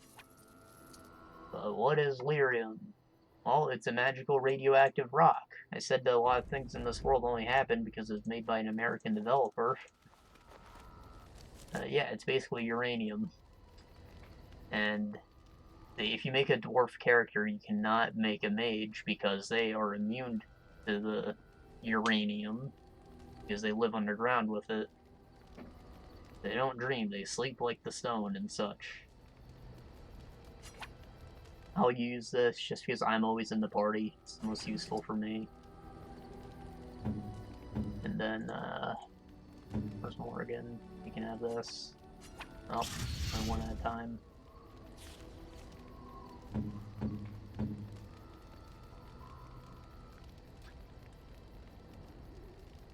So it's also kind of a drug if humans use it. Like, it's dangerous. I think it turns you into an abomination. It tears open the fate or some bullshit, but Templars, they get their abilities of anti-magic from just a little bit of it. Controlled dosage.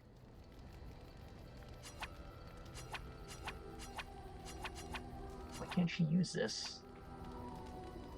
Do I have to be in the world? Also, she's not wearing shoes. How do I only now notice that?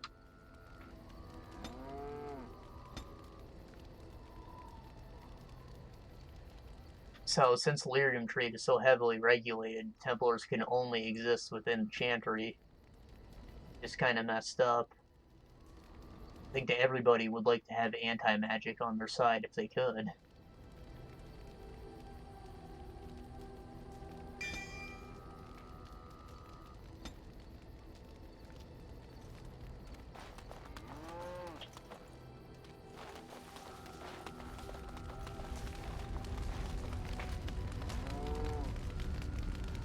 What is she burning? Piece of wood? A wood plate? The 4. We're gonna do conversations. What do you wish of me? Go do a quest or something. Head over to the den room, I guess. And we'll do the circle tower in the next session when we have more time. If you must.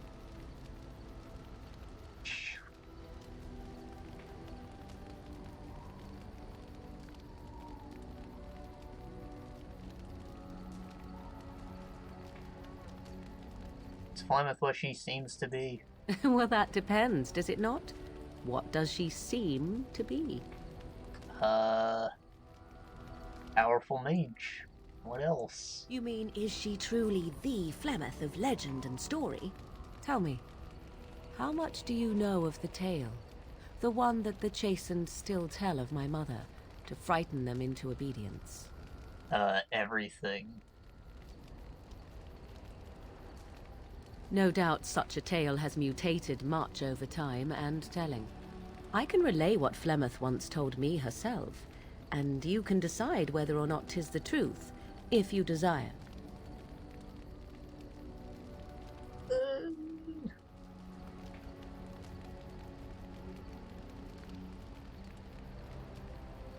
The point would be, something she would say, but she wants to tell it. You can hear the excitement in her voice.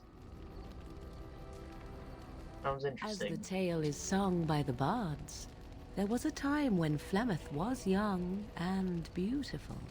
A fair lass in a land of barbarian men, the desire of any who saw her.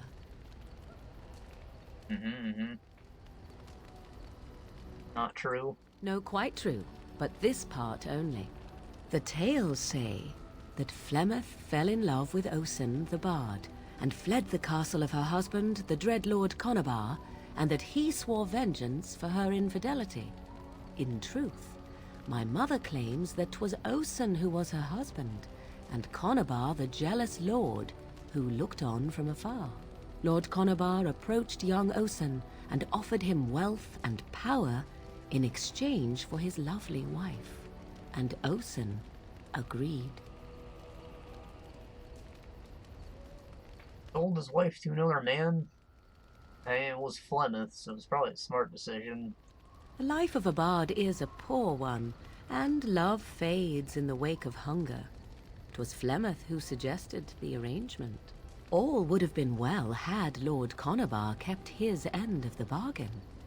But he was a foul man who bargained with coin he did not possess. Ocean was led off to a field and slain, left for dead. Flemeth spoke to the spirits and learned of the deed, and swore revenge.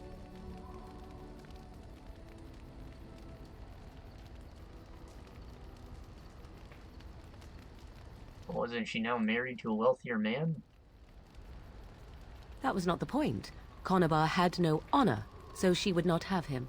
Flemeth begged the spirits to aid her, and 'twas they who slew Conabar. The demon the legend tells of came later. Lord Conabar's allies chased Flemeth, you see. Chased her to the wilds, and there she hid. There she found the demon, and he made her strong. The legends all speak of the great hero Cormac, he who defeated Flemeth and her great army when she invaded the lowlands centuries later. All lies. Cormac's a pretty metal name.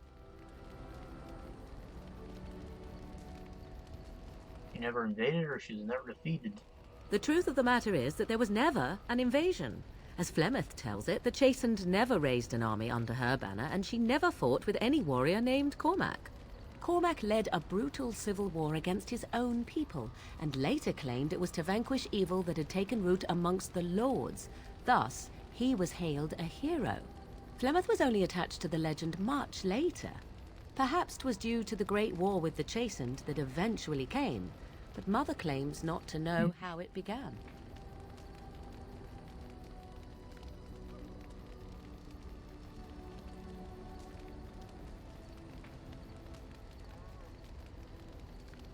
I want to say she fucks. Is that true?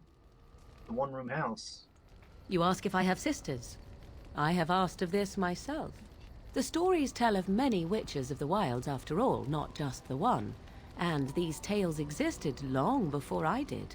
Flemeth refuses to speak of other daughters, if they existed. So, should I believe I am her first?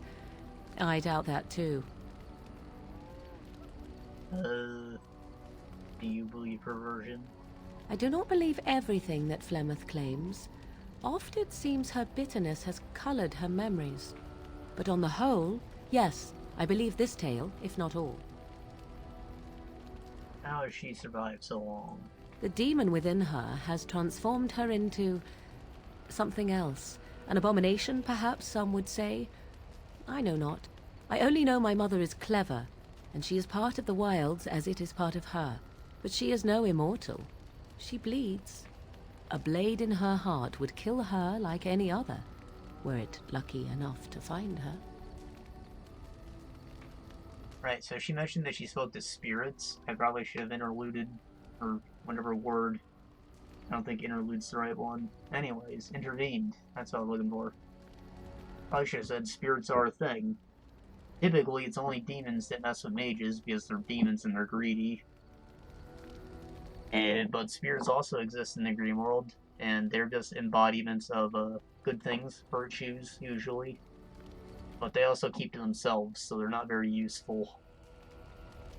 But sometimes a mage can talk to one, and if they were to join forces, similar to how a demon would possess you, you just get a powerful mage. Which is maybe what the deal with Flemeth is. If she's not an abomination, she's just powerful, so maybe she got a spirit. What of is another matter, though. I have no idea. Well, I guess this basically goes into what I just said. Aren't abominations usually insane hordes? How often is this usually? Always? If not always, then when is it not true? There are more things in this world and the next than you or I could ever hope to understand. What Flemeth became is a mystery. I suspect, even to her. Oh, interesting. Flemeth tells it with far more embellishment than I. But you are welcome. Dare I ask of your own mother? Few are abominations of legend, 'tis true, but I find myself curious, nevertheless. I didn't die when I was bored. She taught me how to fight. I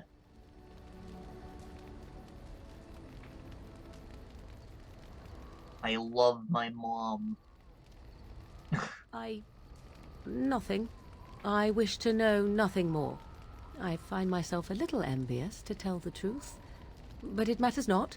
Let us move on. She just wanted to know if you had family. Because Flemeth is not family to her, I guess.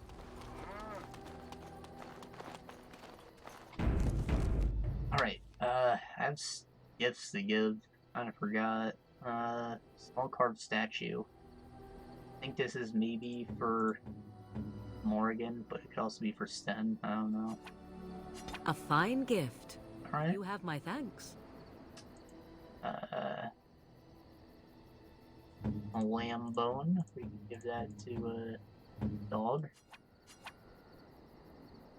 He didn't care. Probably gonna save some of this. I know Sten wants all the art. However, does he want the Silver Sword Mercy? Unexpected. Thank you. I am impressed. My thanks. Alright. Both of these are like stuff that we have to learn about. We don't have to, but we should.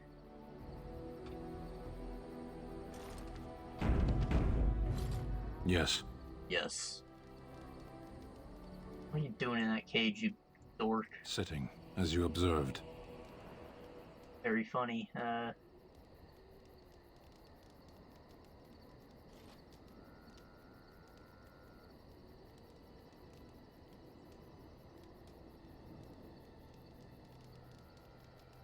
Someone might see this as flirtatious. However, I think it should be noted that Sten isn't a romance option, I don't think.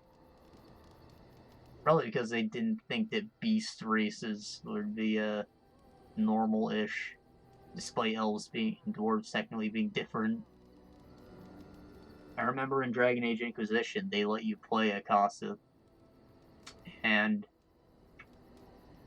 in the sex scene, because your character is so tall, the character's neck would, like, literally break. They try and look into your eyes when you're lying next to each other.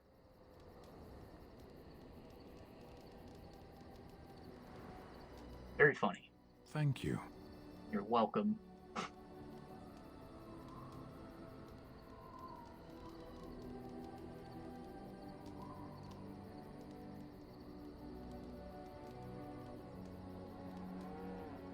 Are you going to answer my question? Don't like that. You won't like this either. You won't like that. This is probably what he wants. And he won't understand this. I drop it. Parshera. Was there anything else? I believe Parshera means thank you.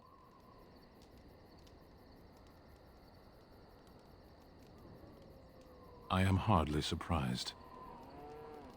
Why did you come here? To answer a question. And that question is, WTF is Dragon Age Origins.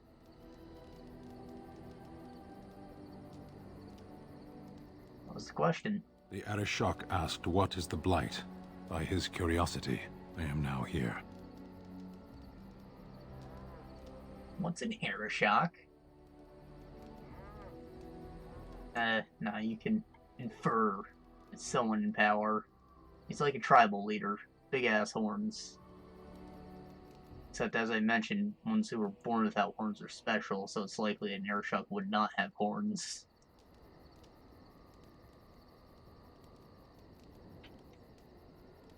Why do the Canari care about the Blight? Why do you? Because it's fucking scary.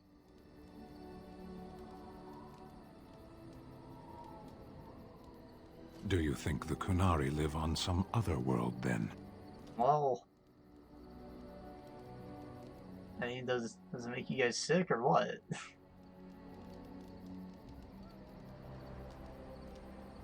Can you find the answer? A portion of it. What was it? Were you not at Ostagar when the army was overwhelmed? That is your answer. You have to report back? Yes.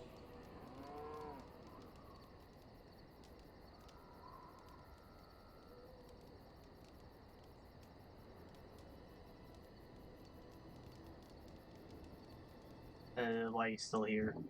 I cannot go home. I'm sorry. Thank you. Can we move on? We keep the Darkspawn waiting.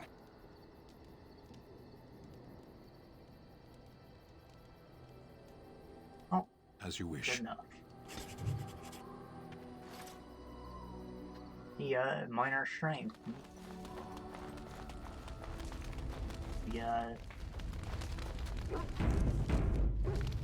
Yes? Well, here I am.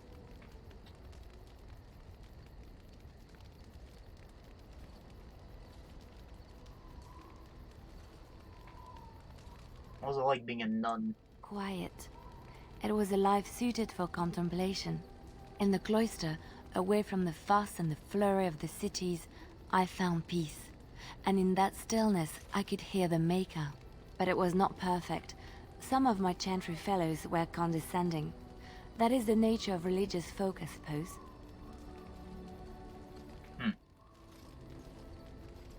When I talked about my beliefs, that the Maker reveals himself in the beauty of his world, they treated me with disdain. They want to believe that he's gone, so that when he turns his gaze on them, it means they are special, chosen. He cannot possibly have love for all, the sick and the weary, the beggars and the fools.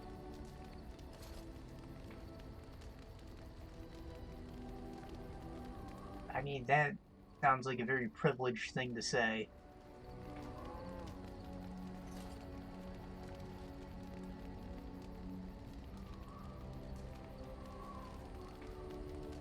What did you say to them? What can I say to them?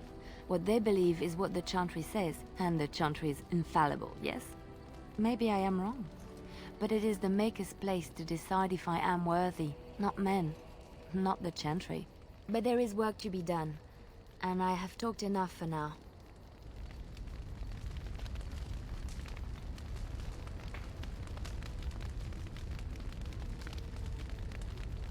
No approval.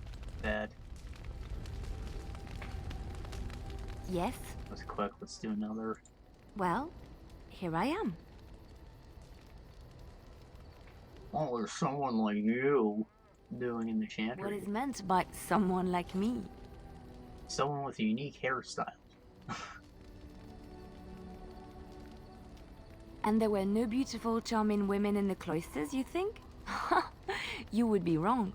There were many lovely young initiates in the Lothering cloister, all of them chaste and virtuous. It added to their mystique, because then they were forbidden, and forbidden fruit is the sweeter, no? I mean, not really, but I guess. Or people like to work for stuff.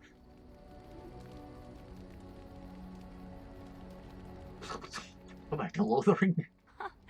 You would abandon your Grey Warden duties to seduce an initiate into forgetting Chantry and Maker? Yes. Suppose I could sell for you. Nah. I might. There are certainly many to choose from. I was never one of them, though. I was only affirmed.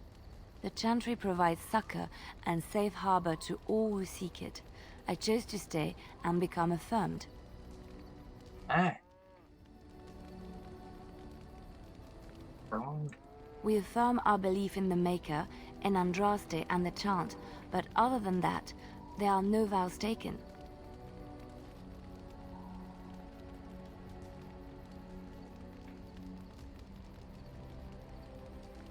Right. Stand conversation. You were a house guest, not a nun. What did you do before that? I was a traveling minstrel in Orlais. Tales and songs were my life. I performed, and they rewarded me with applause and coin. And my skill in battle? Well, you pick up different skills when you travel, yes? Yes, of course. Let's move on. Night. Dog? Oh, look at what your fool dog placed in my pack. A putrid, half-eaten hare is not something a woman wants to find in her unmentionables. What?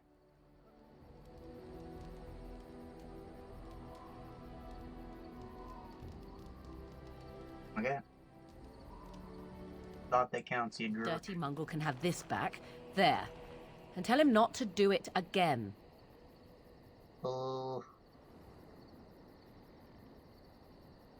Be rude. I just did. How could I you? don't want it, you worthless fur bag.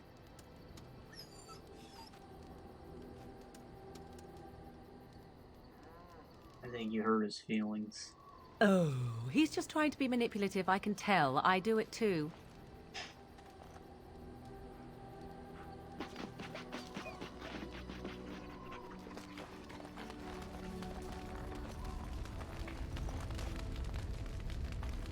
Dude, nice helmet. Where'd you get it? What do you need? Ask away.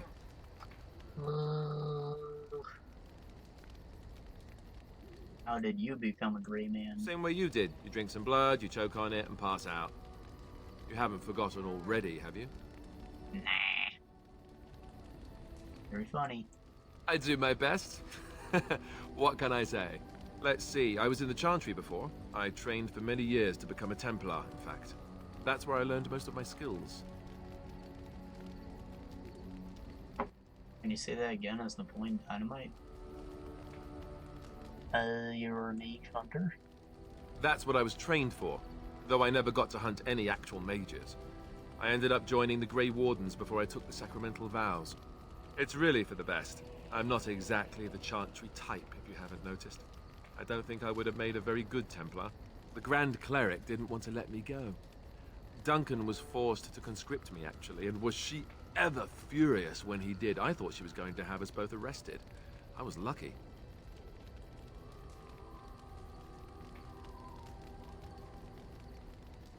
I declare I want to keep you. I wondered that myself. It's not as if she valued me highly. I think she just didn't want to give anything to the Grey Wardens is all. The Chantry didn't lose much. And I think I can do more fighting the Blight anyhow, rather than sitting in a temple somewhere. I'll always be thankful to Duncan for recruiting me. If it hadn't been for him, you know, I wouldn't have. You're a good guy. He was. A good man who didn't deserve his fate. That much I'm sure of. Come on, let's go. I think I'm done talking. 1 point. Worth every second. Alright. Let's go do something. Yes. Indeed. Indeed. Let's see.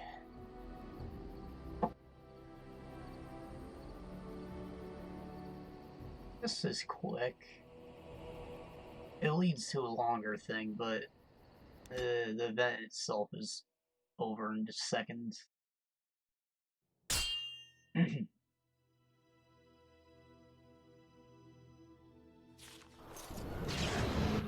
Oh no, not this one. We're gonna die. Oh boy.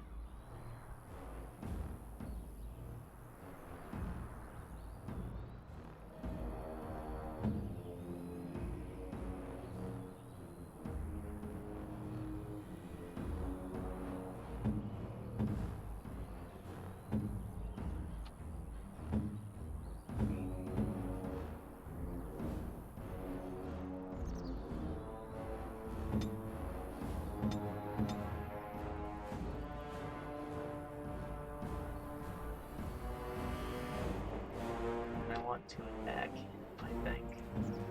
I want dog to overwhelm. Armed and dangerous, ready for action!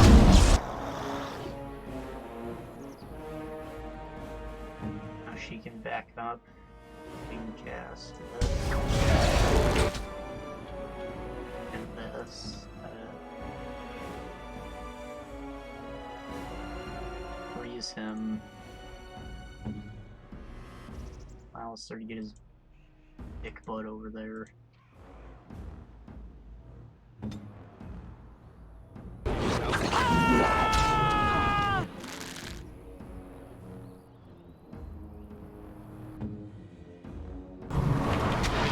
Got away just a little bit. Resisted. Oh no. Oops. I am ready.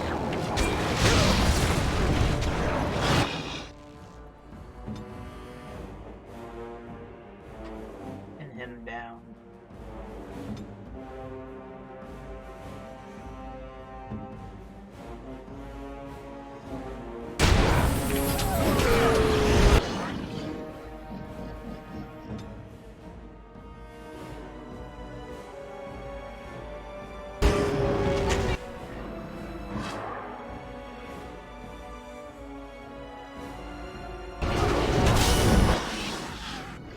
Well, what else we got? He needs to heal. I don't know if I can deal with him yet.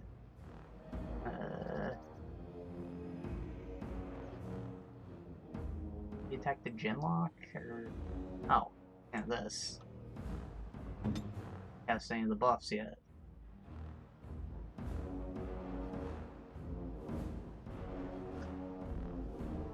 Focus on the mage. Do this to him.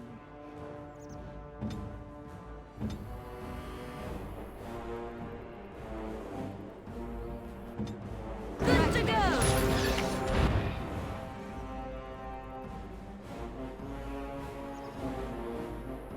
No, if we're keeping distance, we don't need that. That instead, dog is down. Gonna die probably.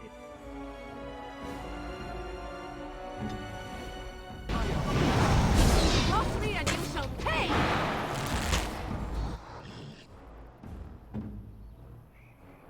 You will learn to fear Get this me! up again. We have to help them!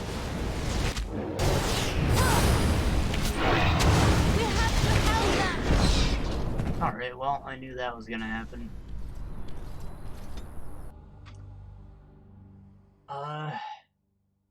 So I'm pretty sure that all the random events are like pre-rolled when you go to the camp, and which one you get depends on where you choose to go next. So if I just pick a different location, there's a chance I won't get that event. Indeed.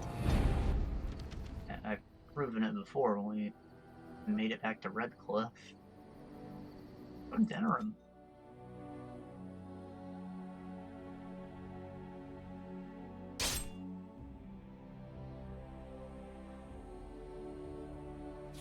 Darkspawn. Ah!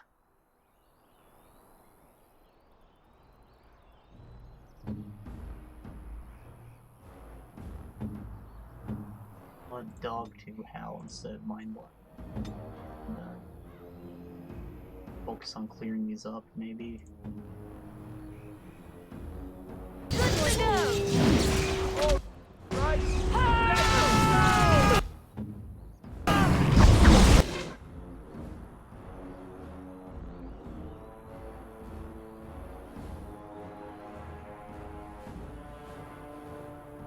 He's dead. He's in a crushing prison.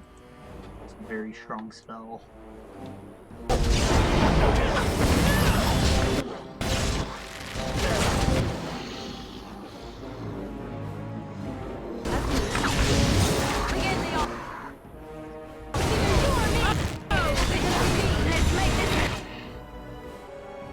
If I just dump everything on this one guy, it'll work out.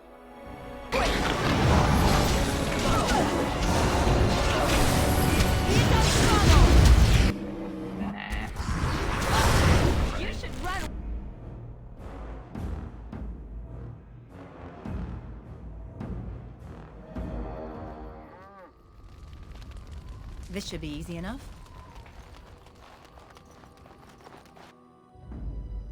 Yes. Indeed. Indeed. Okay, well, plans was to do side quest, but this event's gonna get in our way, then maybe I'll go to the tower.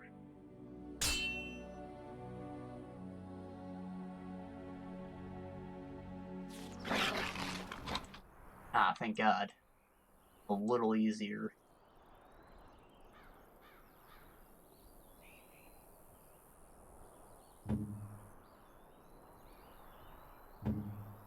These are, obviously a bit harder than normal ones, but still easier.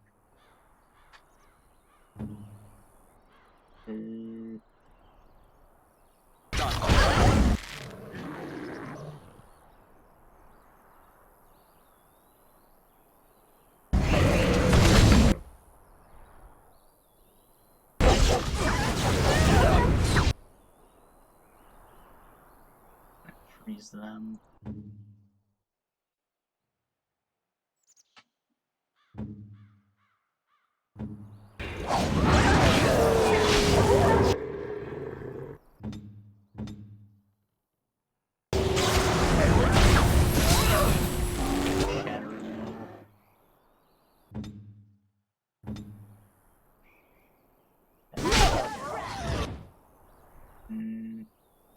Alright, she put him in prison.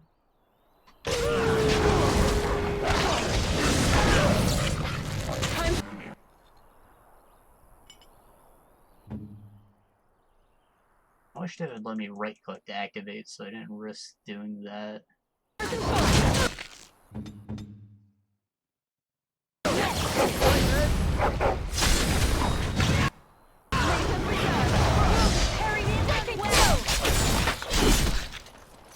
Easy. It's so gross looking. Freaking boils and spikes. That's what the blight does to people. Like the plague. Let's get started. But, like, metal.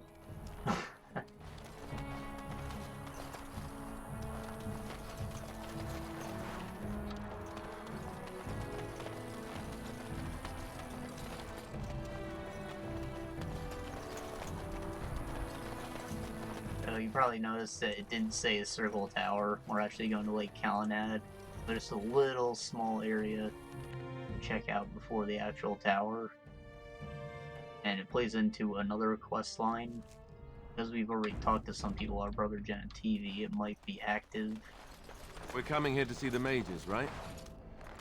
Oh, great. Let me ask you this then, Morrigan. What if there really was a maker? Then I would wonder why he has abandoned his creation. It seems terribly irresponsible of him. He left us because we were determined to make our own way, even if we hurt ourselves. And he could not bear to watch. But how do you know? You cannot ask him this. Perhaps he has gone to a new creation elsewhere and abandoned this as a dismal failure best forgotten. I do not need to know, because I have faith. I believe in him, and feel his hope and his love. Faith. How quickly those who have no answers invoke that word. How can someone who practices magic have so little capacity to believe in that which he cannot see? Magic is real. I can touch it and command it, and I need no faith for it to fill me up inside. If you were looking for your higher power, there it is. But only if you can control it. I do not envy the loneliness you must feel at times, Morrigan. Leave me be. Loneliness would be preferred to this endless chatter. You got her. How very fitting that they would build a prison for mages in the middle of a lake and make it look like a giant fat.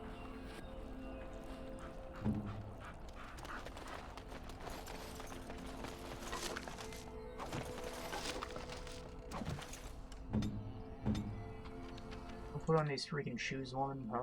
Oh, she does not. 80 thugs are all suspect. Can't talk to them though. As you wish. Mages Collective. What we got here? Places of power.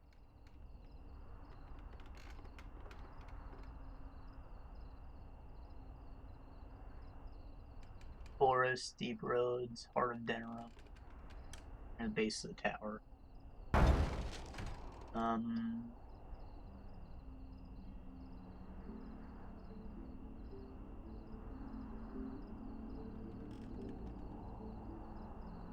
Right, some of these people are jerk-offs, so they gotta be terminated.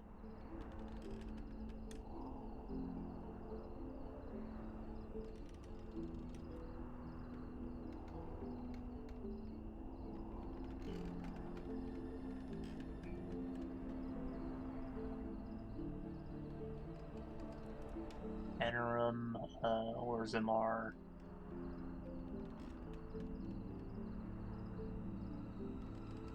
Oh, 2 are in Interim, okay.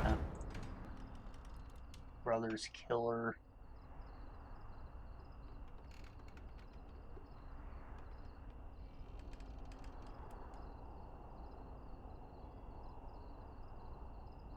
Forest.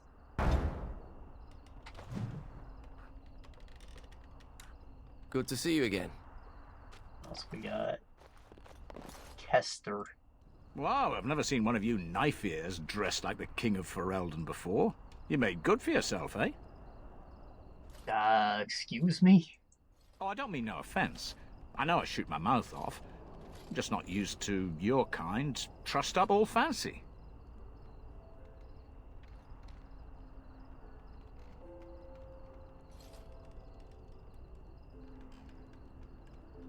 Shame.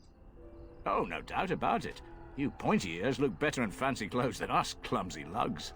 Oh, there I go again. I don't mean nothing by it. I swear I should start over. I'm mighty pleased to be making your acquaintance, miss. On that, how do I get in the tower? Don't hold your breath. No one's been allowed across the lake for days. I'm the ferryman. Leastwise, I used to be. Poor old Kester. Out of a job. Why though? I don't got a clue. They wouldn't tell me. Gregor just came down and said, "Don't you worry, Kester, we got it all under control, we do." Didn't say nothing else. And then he puts Carol in charge of my boat. Lissy, named for my grandmum she was.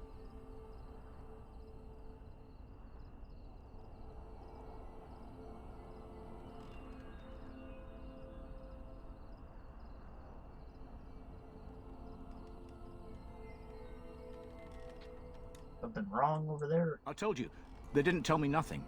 And if I know they're mages, I'm better off keeping out of their business. If I had to guess, I'd guess it had to do with magic, but the tower's always got something to do with magic. Well, got him. No way to get across. You could try swimming, but I don't recommend it. Nasty things in that lake. I reckon it's all them potions they dump in there. Gregor's told me to stay here till it blows over, but I'm telling you, some storms don't blow over easy. I could convince him. Maybe you could at that. I'm sure your mind's all afire now, eh?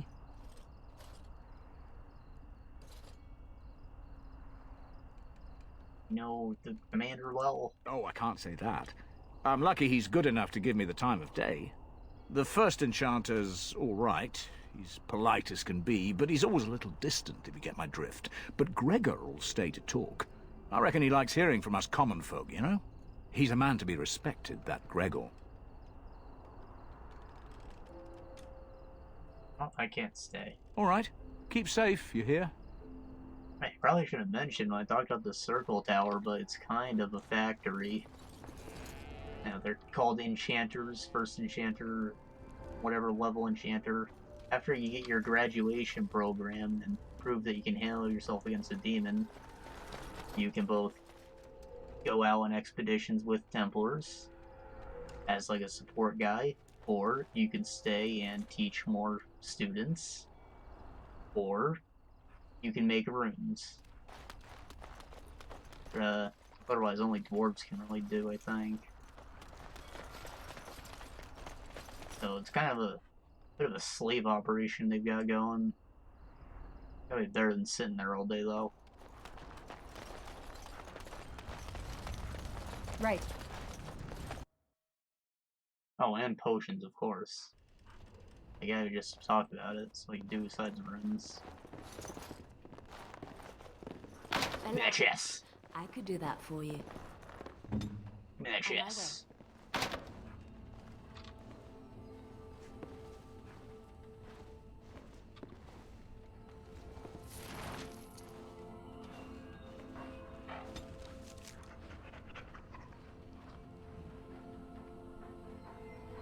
A bad luck charm. Thief's worst nightmare. The infamous thief Christopher Philippou stole it from a fair lady Zoe on the Norwegian mage. She cursed it to give him the unending misfortune. Even worse, he couldn't get rid of it. No one knows what happened to him, but his figurine is known to find its way into the pockets of thieves who eventually get what's coming to them. Oh, I said there was no crime system. That's funny. Real funny.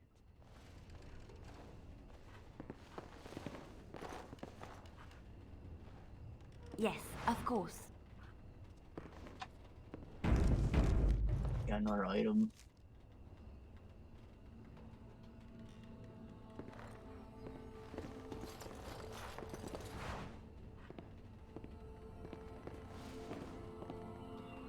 Good day. What do you need?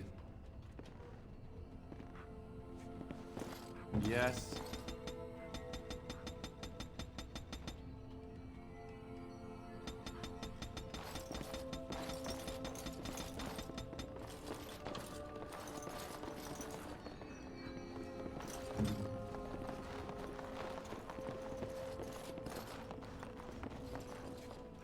Back there. I'll talk to the named people. Good day. Good day. 80. What are you looking at? Can a man drink and Price will. Good day, and welcome to the Spoiled Princess. Is there something I can get for you? Yeah, why is it called that? It was my father's idea. He ran the inn before me, and he named it for my sister. She was his little princess. Princess decided the country was too dull for her and moved to Denerim. More glamorous, she said. Well, she was found murdered, robbed of all the trinkets my father bought her with his hard-earned money. My father died of shock and heartbreak. Mother stopped eating, and I got the struggling inn. The name stuck. That's the story. Oh, alright. Of course. What would you like?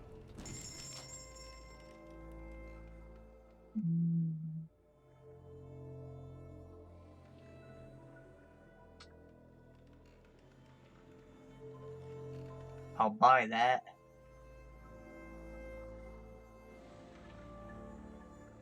We can get that later. I'll buy this though. Better than cold. Everything uses fire.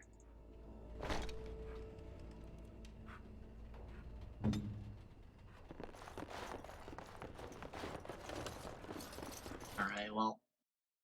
I guess the rest of that quest isn't active yet. So we'll head into the tower, do the first floor maybe.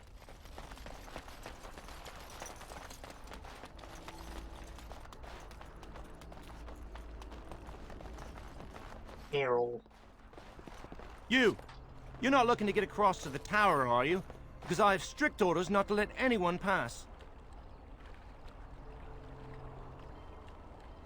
But I need to get in. No one gets to the tower. No one. The tower is off limits to all. This is official Grey Warden business. Take me in there. Oh, you're a Grey Warden, are you? Prove it. Ow. Kill some Darkspawn. Come on, let's see some righteous Grey Wardening.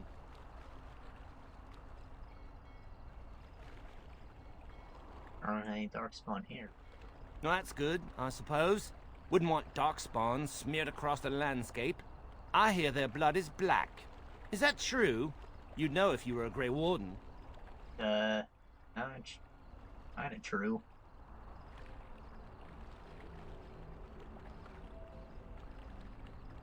It's a really dark red. Oh, pleasant, eh? Good thing I don't have to kill them, then. Anyway, it was nice chatting with you. Now, on your way, right now, go. Hold on. This period won't like to give me shit, you bastard. He won't know if you never get in, will he? Oh, I've outsmarted you. If I were more flexible, I'd pat myself on the back.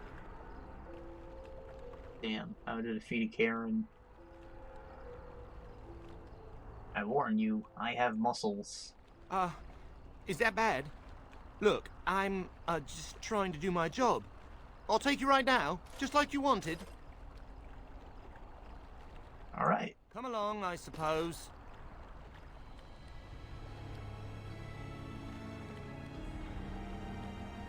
Yeah, the bridge is broken and they've done nothing to fix it despite it being such an important place. I guess it makes it harder for people to escape.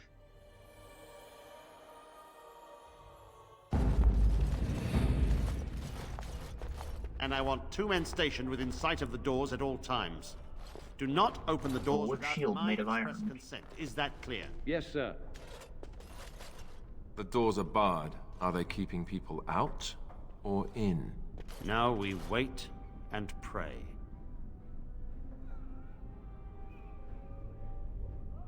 They keep it looking like wood by keeping like the normal maps and ambient occlusion maps and stuff like that. But like it still looks like wood, but they color it like iron, or use the texture of it even. So it's kind of off looking because like it was designed for the wood texture, but it still kind of works. I appreciate the variety.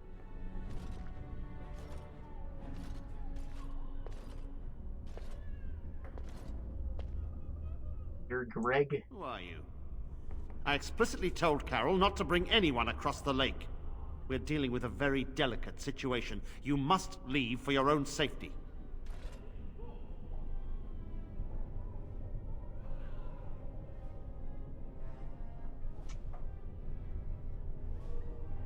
You guys have an obligation. You gotta help me. I am weary of the Grey Warden's ceaseless need for men to fight the Darkspawn, but it is their right. You'll find no allies here. The Templars can spare no men, and the mages are indisposed. I shall speak plainly. The tower is no longer under our control. Abominations and demons stalk the tower's halls. The circle is lost. The tower has fallen. Can I, like, kill them, though? I have sent word to Denerim, calling for reinforcements and the right of annulment. Oh, no. The mages are probably already dead. Any abominations remaining in there must be dealt with, no matter what. This situation is dire. There is no alternative. Everything in the tower must be destroyed so it can be made safe again. Well, you're in your right to do so. But, you know, they're also freaking supermen. If any are still alive, the Maker himself has shielded them. No one could have survived those monstrous creatures. It is too painful to hope for survivors and find nothing. Well, that's a good attitude to have, but still I'll look.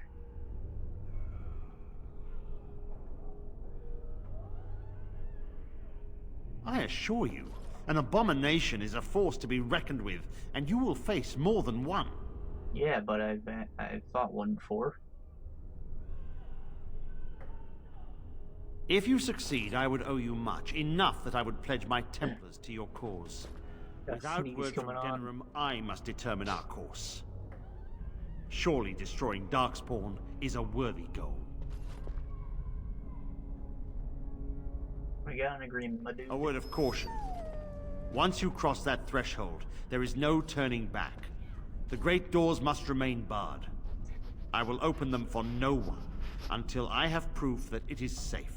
I will only believe it is over if the first enchanter stands before me and tells me it is so. If Irving has fallen, then the circle is lost and must be destroyed. May Andraste lend you her courage, whatever you decide.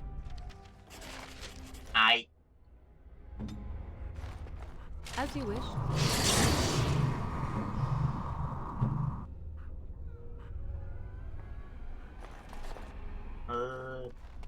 Not as easily missed. They actually have a store here. Some unique equipment. I wish this were over. We're running low on supplies, and I don't know how much longer we'll last. Those are literally Hawks champion equipment. You have supplies? Yes. Would you like to trade?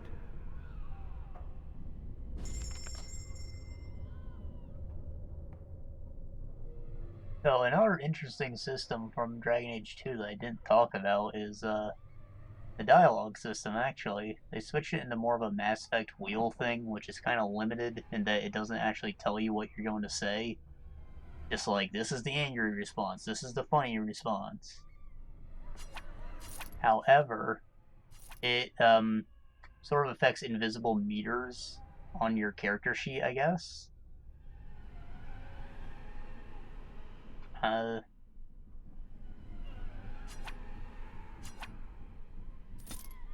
And eventually, the stuff that you don't even get to choose will start to be affected by the stuff that you've chosen. So if you always pick the funny stuff, Hawk will talk like a jokey man more often. I think is a pretty neat effect. I guess they technically use it in Mass Effect, but Shepard is such a fucking brick that it's harder to notice.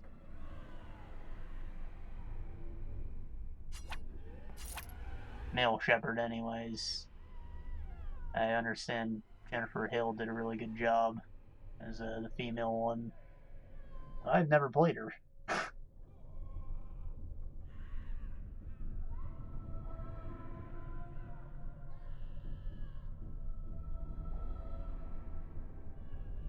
These might actually be a little useful here.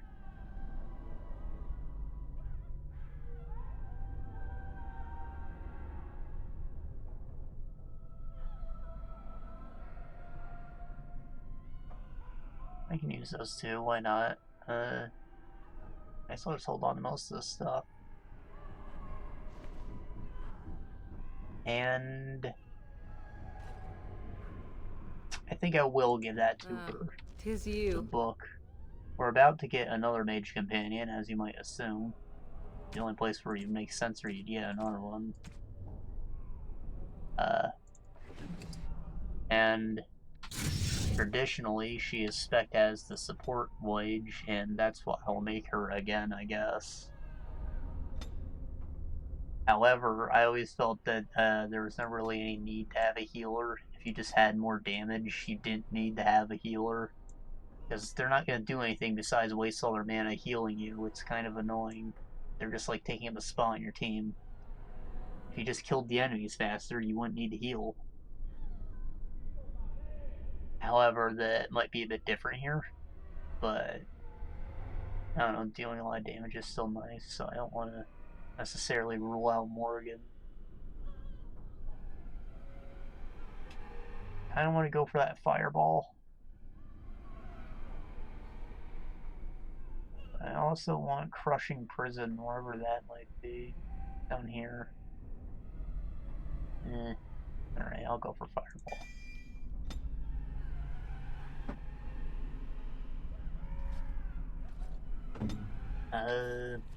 And a piece of armor I wanted to give to someone, right? This.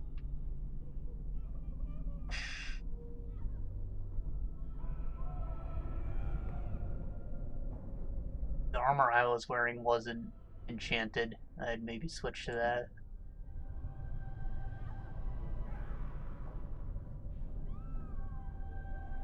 It's just better, I guess.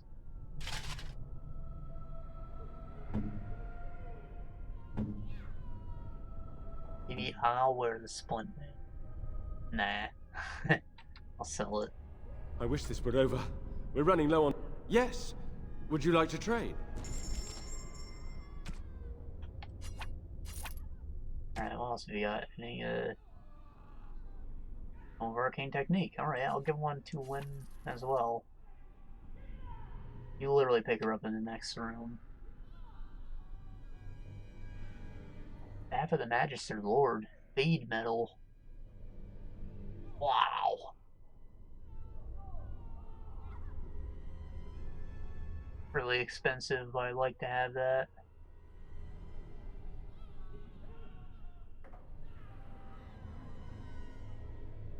An alright helmet. Fire stuff, ice stuff.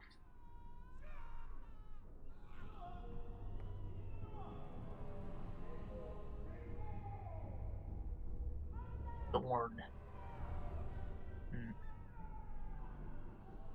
Injury, pressing. +2 to all attributes. My nature. Holy, that's good. That's really good.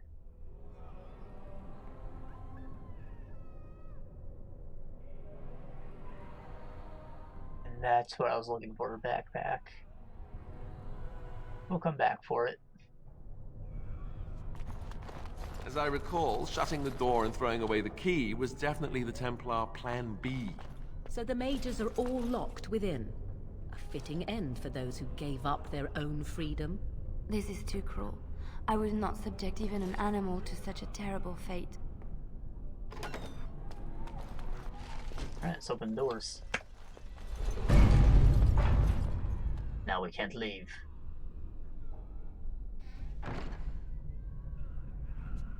Alright, our goal is to do floor 1 at least. They get progressively harder. Right. Allow me. I could do that for you.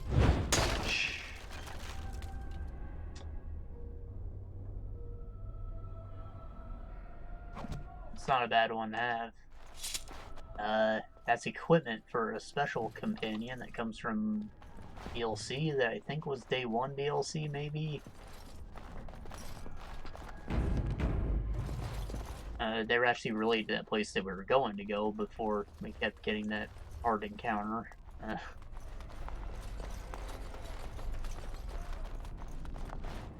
So, on the topic of day 1 DLC, you know, there's a lot of stuff that goes into making a game. It's not all just making art and writing the story or programming. In fact, the programming is usually done pretty early on, and then the actual game designers use those scripts and throw them on things, and they come up with other stuff that might be needed. Do the testing and whatnot. But, so specifically, programming and art teams usually run out of stuff to do relatively early on, while the game designers are doing the bulk of the work and, like, taking these statues and putting them all over the map. Actually assembling the levels and stuff. Let me get this straight. You were a cloistered sister? So, I never actually became you know, if like halfway through development your guy ran out of stuff to do, but he's a contracted employee, you're gonna have to pay him that money regardless. You gotta send him to do more work. So they go work on side stuff that like maybe won't get done in time for the game to come out. But if it is, it wasn't a part of the main game in the first place, so DLC that happens to be done on the day of release. Would it have been nice if they just put it in? Yes. However, it wasn't in the original plan. It was bonus content that they worked on. So they make DLC. And I don't know. I don't necessarily think it's a scummy practice because, you know, they use the resources smartly. It's just nowadays it seems like a lot of stuff is in fact done on purpose.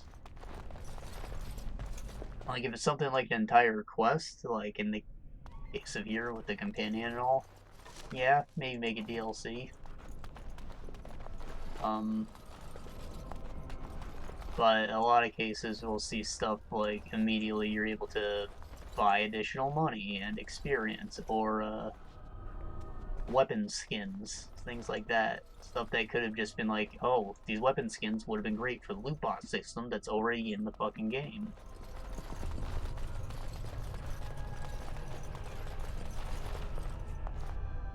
Instead of like, nah, you gotta buy the right to buy those weapon skins from a loot box. It's silly.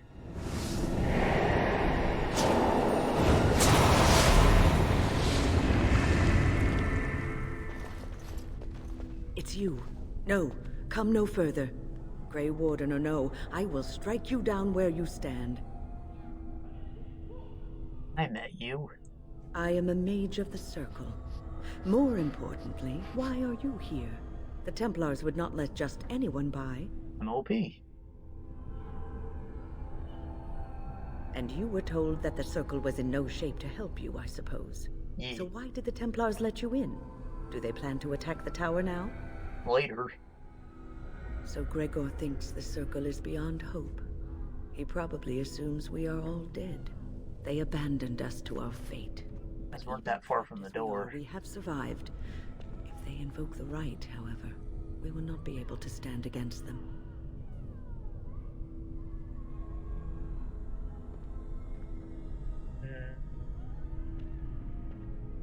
We gotta kill stuff, though. People are dying. If you are here to kill abominations, let me help you. I erected a barrier over the door leading to the rest of the tower, so nothing from inside could attack the children. You will not be able to enter the tower as long as the barrier holds, but I will dispel it if you join with me to save this Circle. Alright. Once Gregor sees that we have made the tower safe, I trust he will tell his men to back down. He is not unreasonable. Gregor will only accept the first enchanter. Then our path is laid out before us. We must save Irving.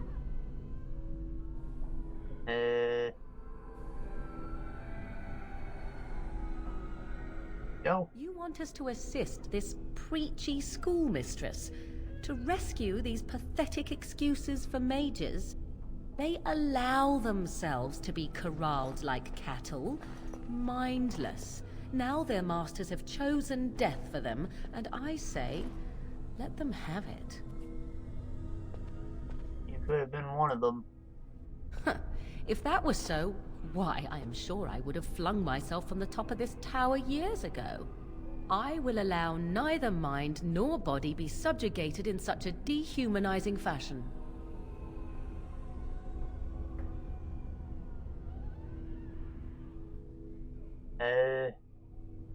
Not everyone's like you, bitch. And that is made abundantly clear. Look at how they live. Servants of the Chantry. They lack respect for themselves and their own power. Why should I respect them?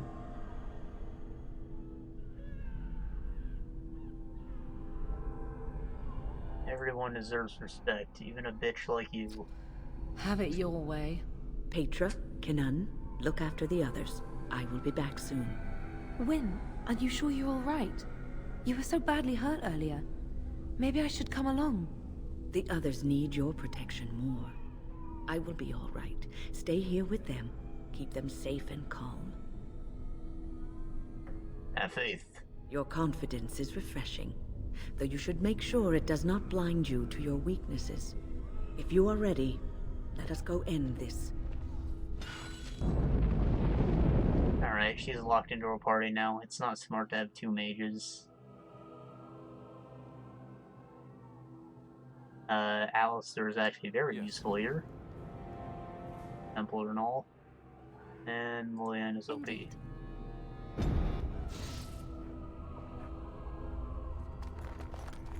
Yeah, unless you can persuade her, she's always going to disapprove of this. But what am I supposed to do? Not take another party member? I could do that for you. Say I'm going to murder everyone. People are just going to get offended, and then they'll get more offended when I actually do it. So that's like a double negative. Alright, as a healer, I want her to have more willpower than magic, I guess. Maybe 30 is too much. And magic obviously affects the actual strength of the healing, so it's important as well. But I want her to be able to cast a lot. Something like that. She starts with Spirit Healer. Gives her health regen, that's nice. And some pretty cool stuff like healing auras.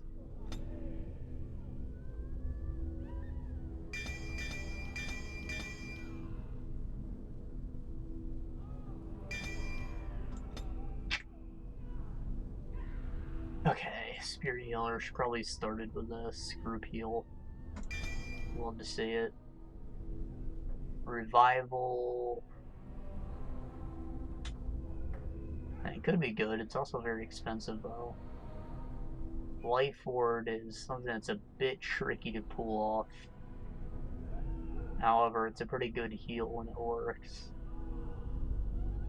Basically just saves you from death. Because it activates when you fall below 25%.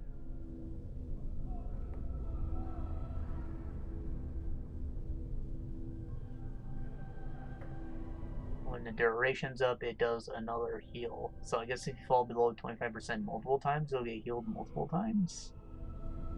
I don't know. I feel like she started with Revival as well. It's also just a good thing to have.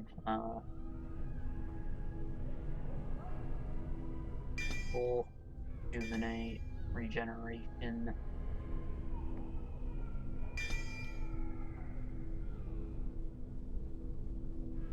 This is health regen, this is a straight shot of health. This is regen for stamina or mana. These are auras, which I believe she also normally starts with. If I use this, I should be able to use my heavy strikes or whatever. So that's good.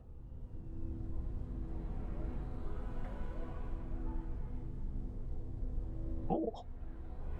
Make everyone immune to bows? That's kind of sick, actually.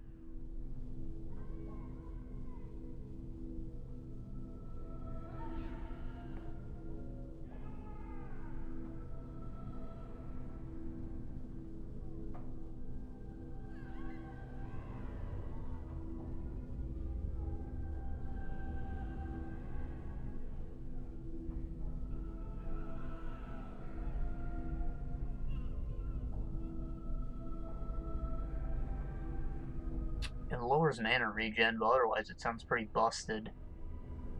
I remember in 2 they switched this to like a short duration spell rather than an aura. It's probably pretty ridiculous as an aura. Or mana drain.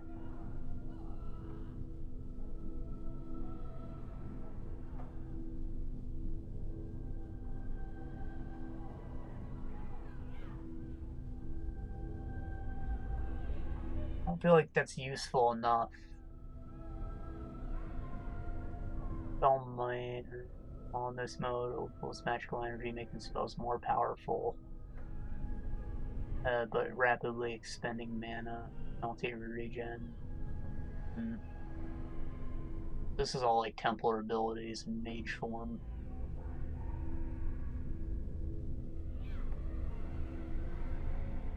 I want to have some kind of aura. It's good to have.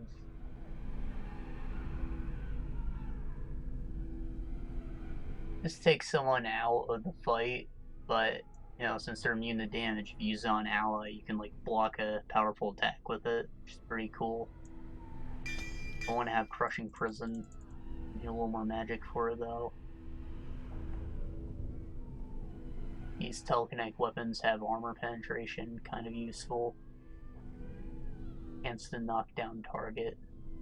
Alright.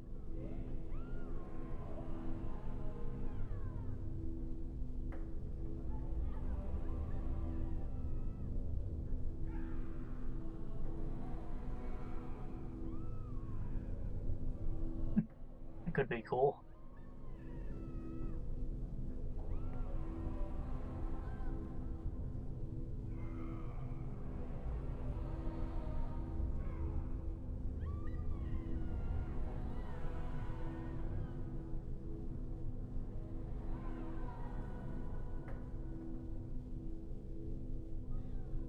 That sounds kind of good too.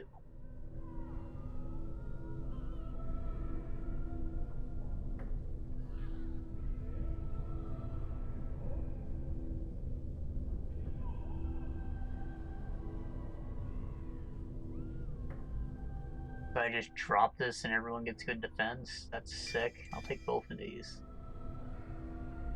I'm curious to know if this works on allies, so I'm gonna test it. Quickly. I'm gonna put all the heals and stuff in one area. And this can go here. Lot 3 or something. Traps can go over here.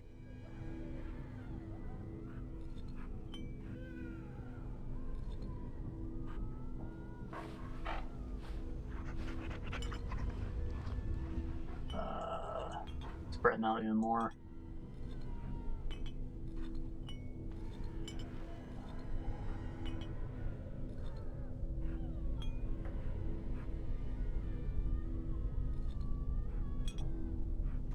This is a buff, so I'll put it here.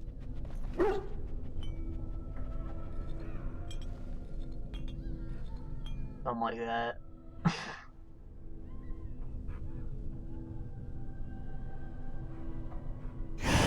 Test that, and then test this.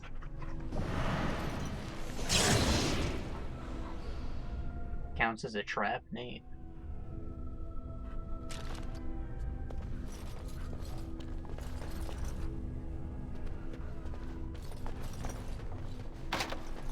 There's some convoluted quest attached to this. Lets you go do an optional boss fight once you come back down.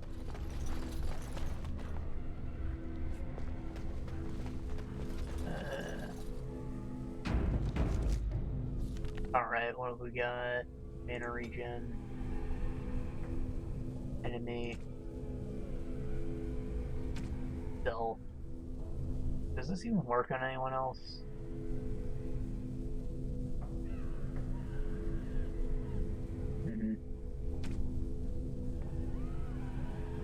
Enemy is mage.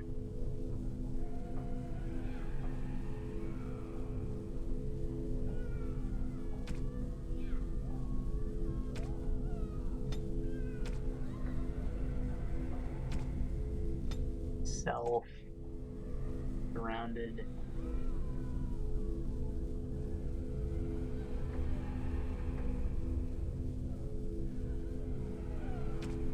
By at least 2. And Mind Blast. Ally. Health. Below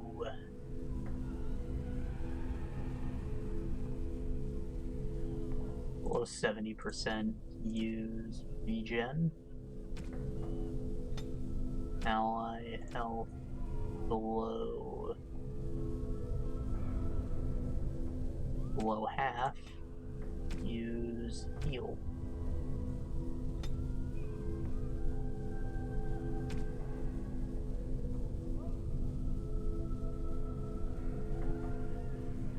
I suppose party is an option.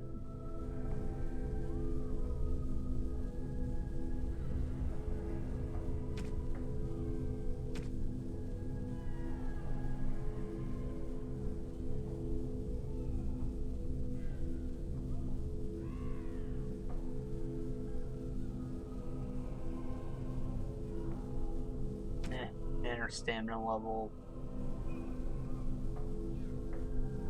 below like 30%. Rejuvenate.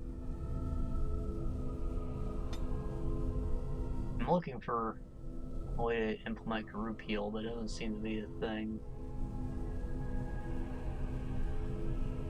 I'll cast that buff on me manually. This is something I need to do manually as well.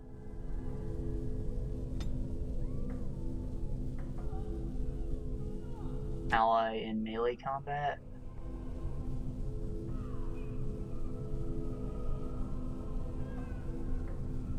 Maybe engage by multiple enemies. Attacked. Be attacked by melee. Use ability with warding.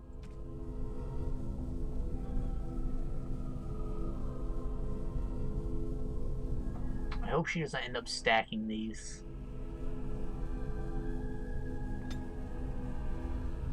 Enemy.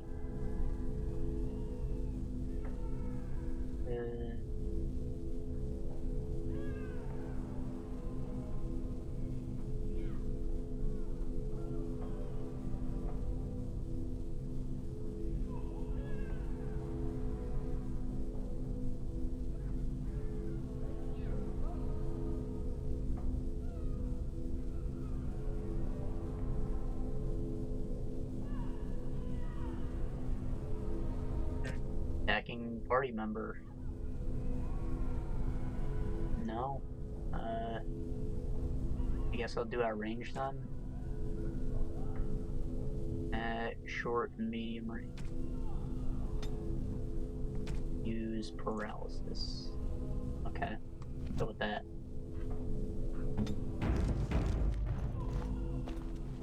Here we are. I'm somewhat amazed at myself for having kept it in place this long.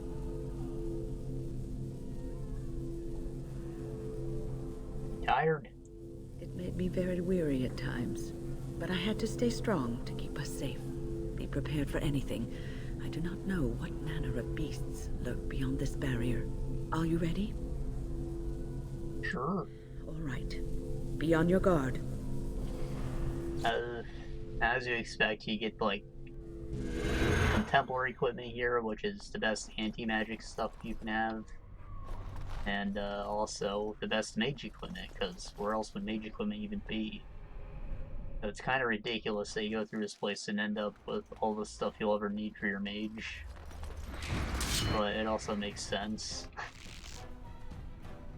I think those yellow robes the one girl was wearing were high tier, like first enchanter level robes or whatever. Make it breath!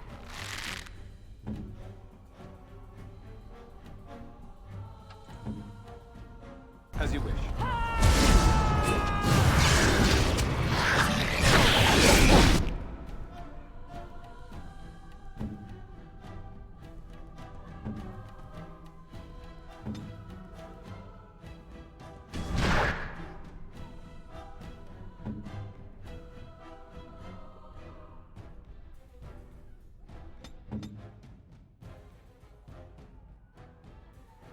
They shall be mine!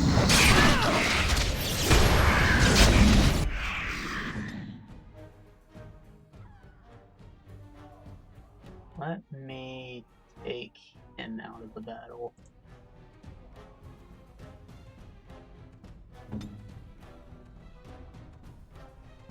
I want her to keep attacking that guy. Armed and dangerous. Ready for action.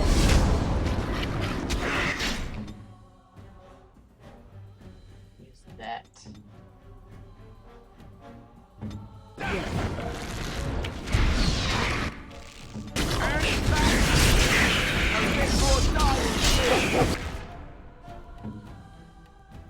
Frozen?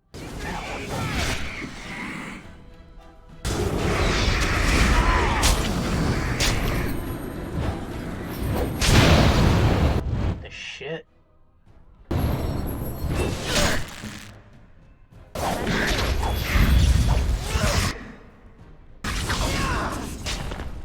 think he maybe cast Fireball on himself. Nope. Okay.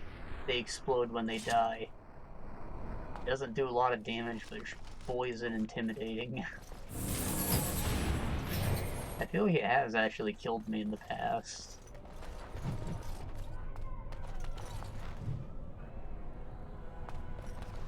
Right. That Codex entry has like combinations for summoning some bullshit. Bit of a convoluted thing to do, but it's very straightforward.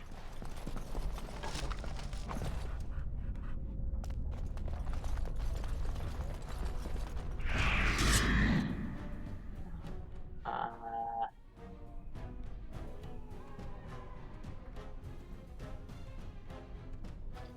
think the Rage Demon's the biggest threat here.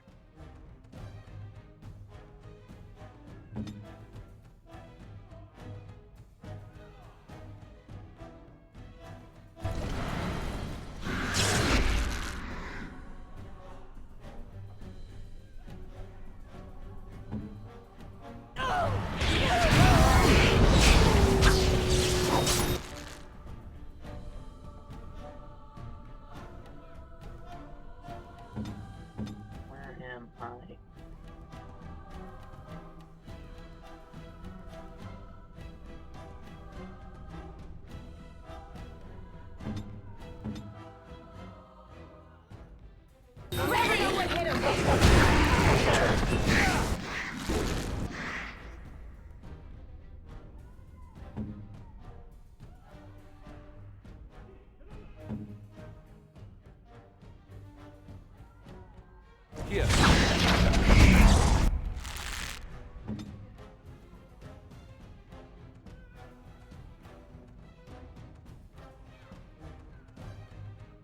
Nah, it's not time for that. Let's do this instead.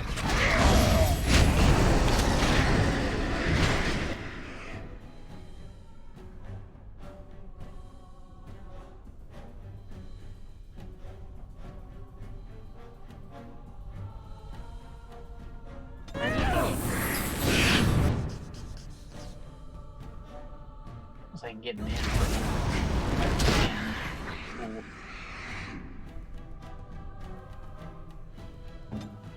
Get some assistance.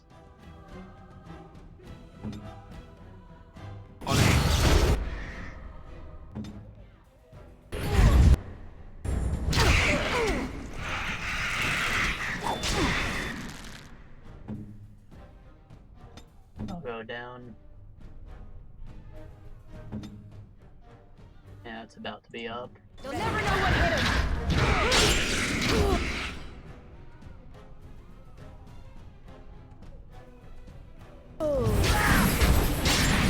Damn. Probably let the AI control her for now. I think I made a good enough setup. Show me what you got. Weapons at the ready. Make us together.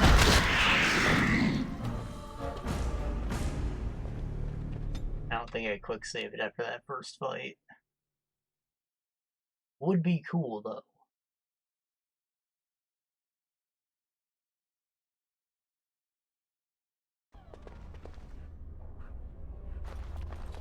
Yep. Did not. Right.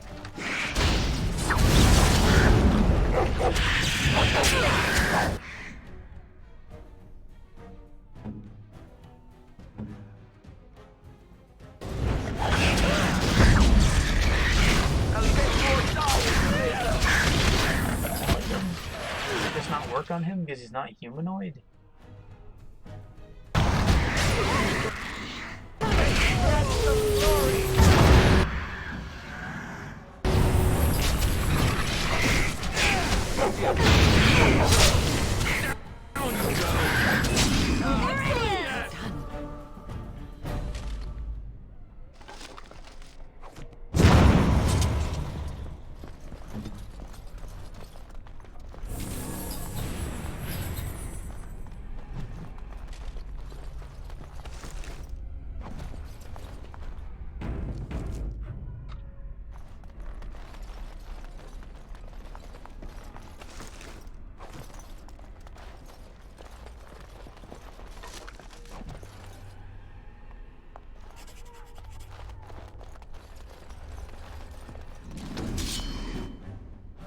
Yeah, I'm not saving in.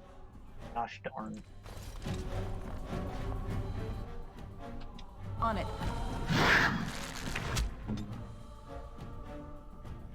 That's that warding look.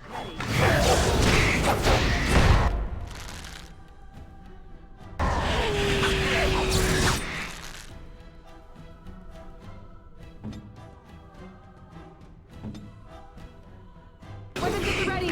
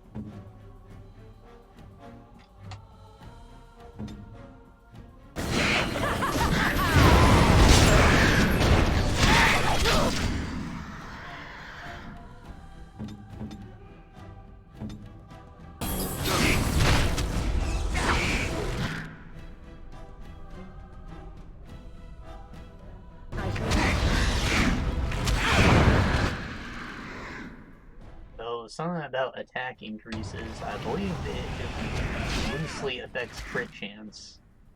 Like, once your attack is so high that it's 100% impossible for you to miss, all that bonus attack goes into crit chance. That's part of why leveling dexterity is so busted.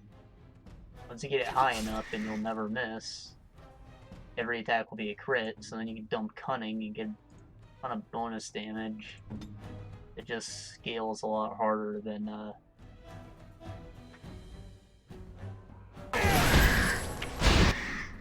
strength would alone. That was not pleasant.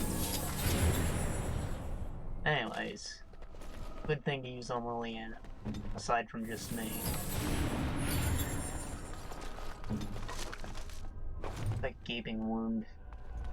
It's exactly what it's called.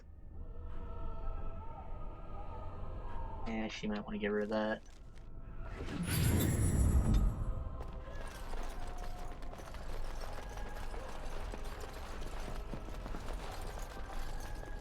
Okay, so this floor is actually relatively short. The exit's right over there. I want to do a bit of this summoning quest. Now, the correct way to do this is to use the book and then do some experimenting. However, there may be 2 other combos that you can figure out that aren't in this book, and to do those, I recommend the wiki. We'll do the book though. We're not gonna do the wiki stuff. Fuck it. Summoning font. spirit personages, and through the summoning flames. To do this, I usually just put someone in each part of the library to speed it up, so you're not running around the whole thing each time.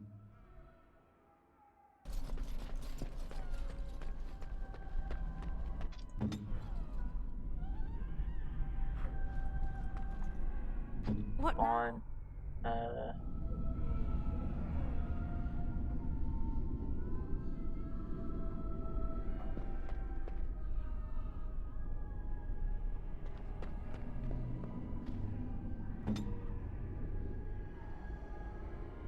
where's Alistair?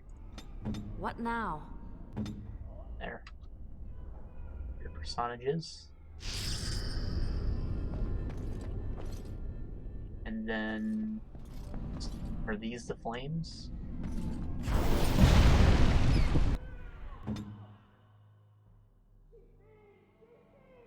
I'm gonna nug. I probably shouldn't have Lenna be there. Needs to be the one to activate it. Because she can steal from some of these summons. In that case, put one over here then. Okay, next one. On uncommon calling statue.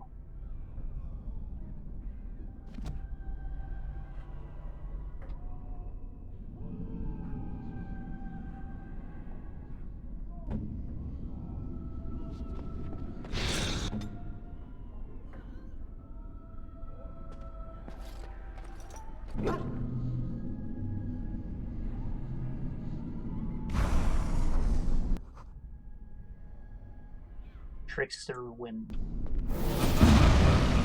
No! Oh well.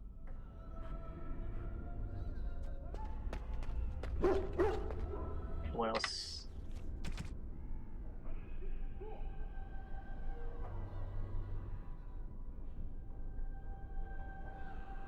Alert someone of this commencement. I guess is a warning. Bann, bestiary.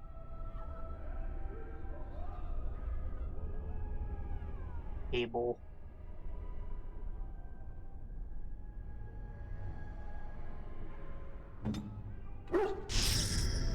On bestiary. What now? Able.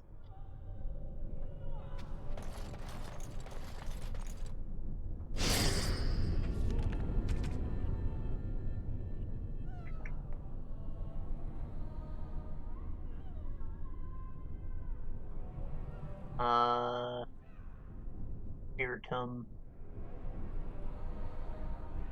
Statue. Phylactery.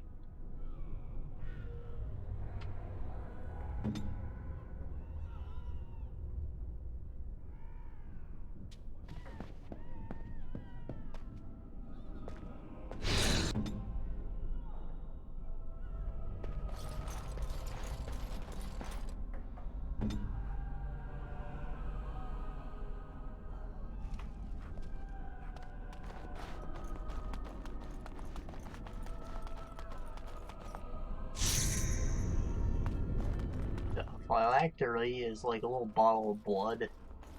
I think it has something to do with embalming, but in this case, they keep them for every mage, so they can track them down using the blood.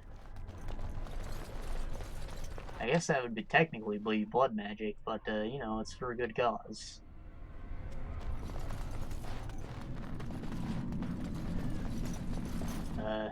It's also a pretty common, like, magical thing in fantasy games for, like, resurrecting someone.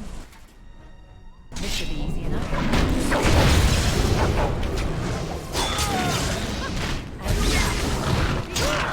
Woman. Charged mitts. Cool. So Somewhere behind these bookshelves, there's like a 4th summoning font, and that's one that you could either dig around till you figure out, or you can use the wiki.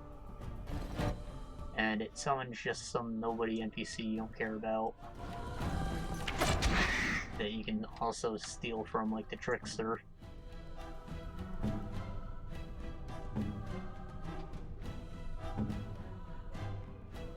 Off I go.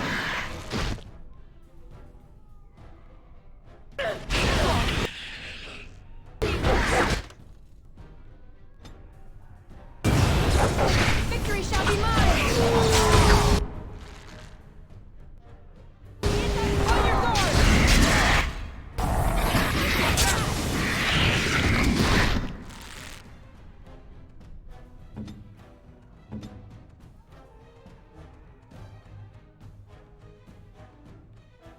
There is whoever died, Alistair. I can just put a thing on him and it'll do it. Nice.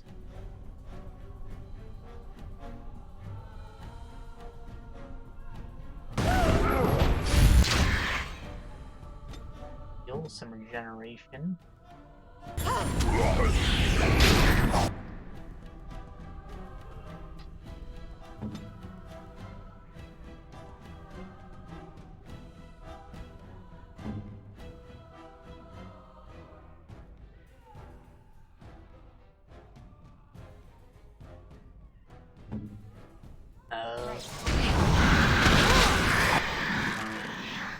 Just noticed their Calenhad weapons connected.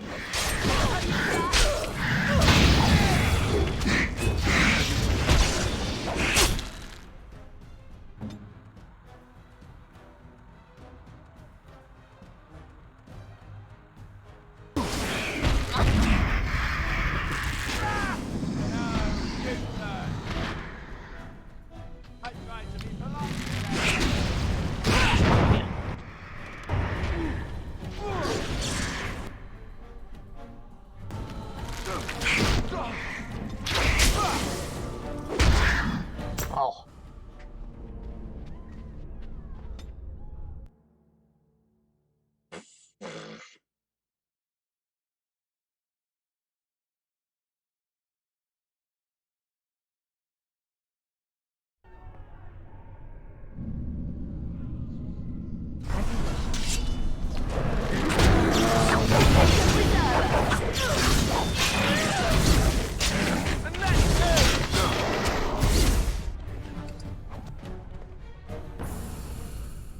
Another issue with that fight is that wasn't, these weren't off cooldown. I wish they just automatically come off cooldown if you're not in combat. Well, what are you waiting for? You're waiting to get into combat again. If you're using it to cheese someone and get a free shot, you're gonna initiate combat, so what's the matter?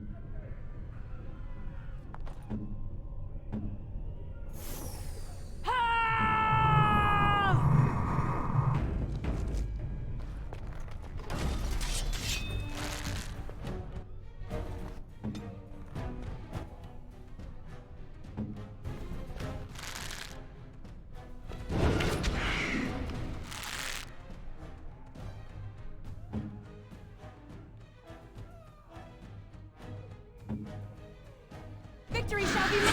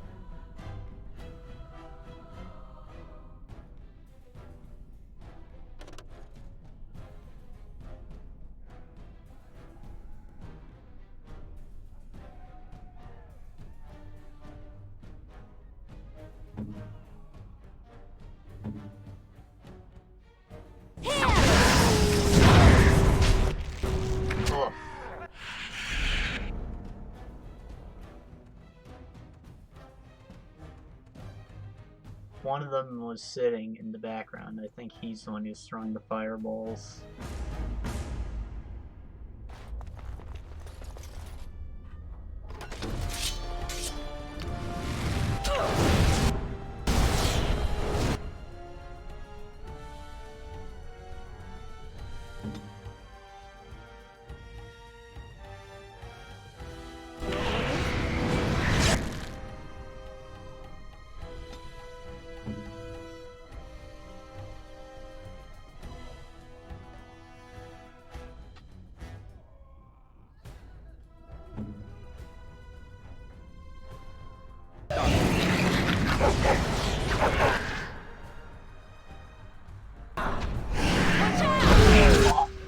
That's a waste.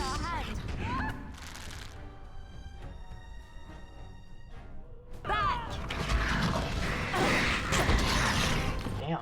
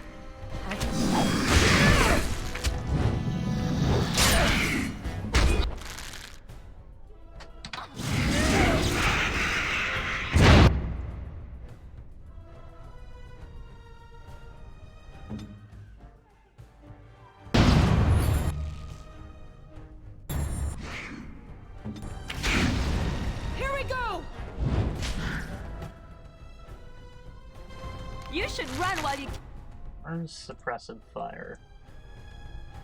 can. Still slows movement. I'll try to get a little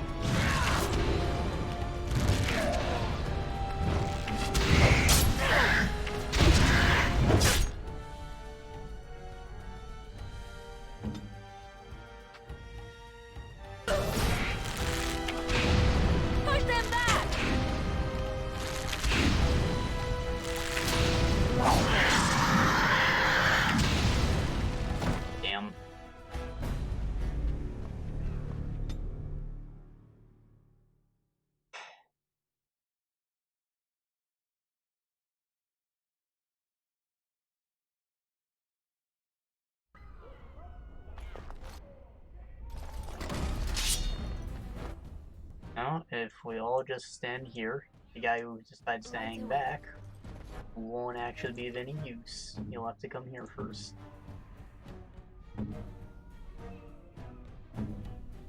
Time for a little sleep. So by doing that, I can very easily set up this. And also this. Weapons in...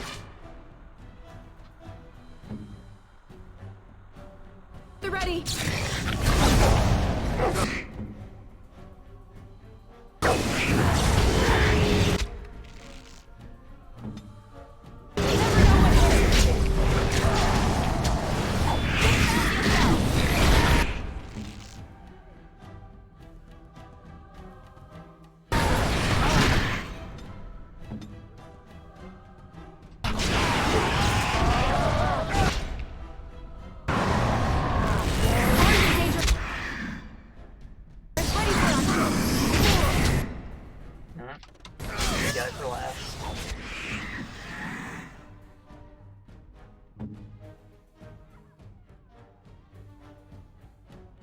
Maybe I'll make him a more effective meat shield, yeah.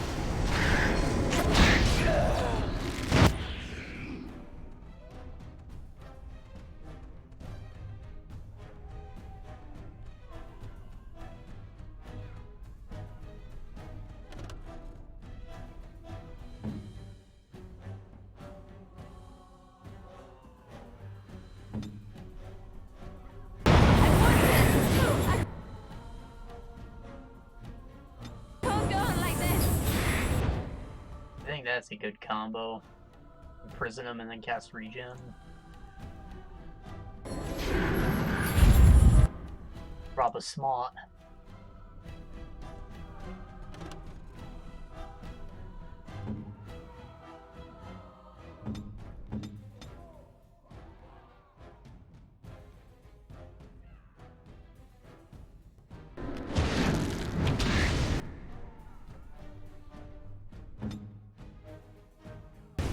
Whenever he's not imprisoned. I can't go on like this. You're getting sloppy.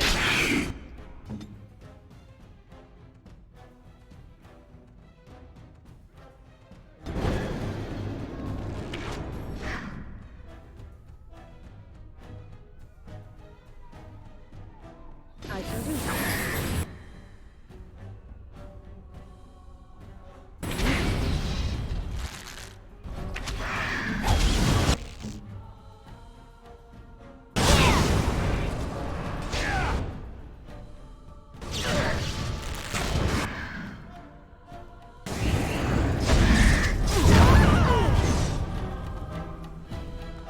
Awesome.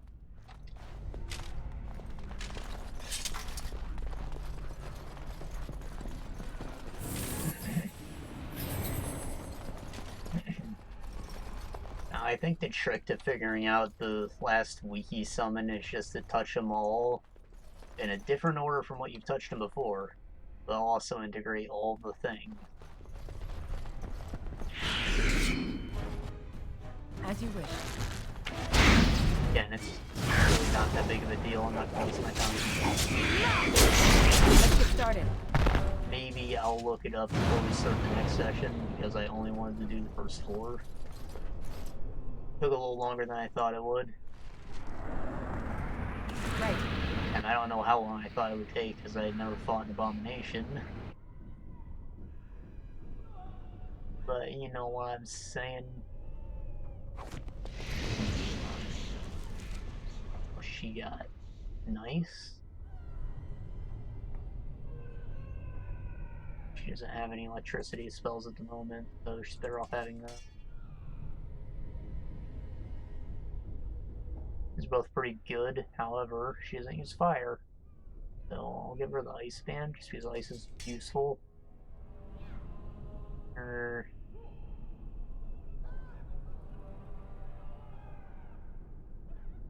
No, you know what? She can keep the fire, and she will use fire. What else have we got? No impairment. Use that.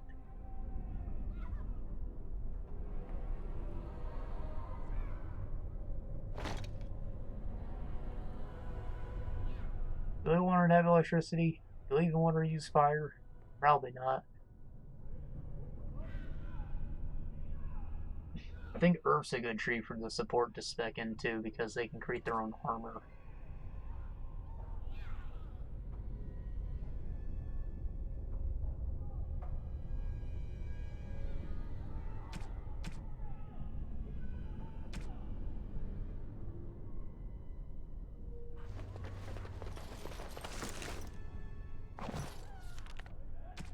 What's this again? Yeah, junk.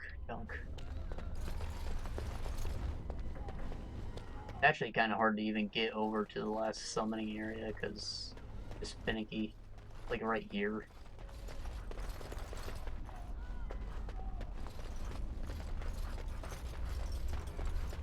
It's all dark, you assume there's like an invisible wall there or something.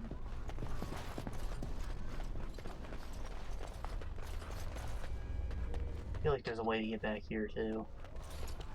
Whatever, no big deal. Alright guys. We're out of time for the day. But, you know, we made it through Red Cliff, which I didn't necessarily expect to happen. And then we're doing this, which is going alright, I suppose. Still easier than playing Darkspawn. So, going well. My next week is, again, more of the bullshit. I did change my availability, but that obviously takes time to take effect. So hopefully this is the last week of it. Then I can have reasonable hours and maybe not do this on my days off.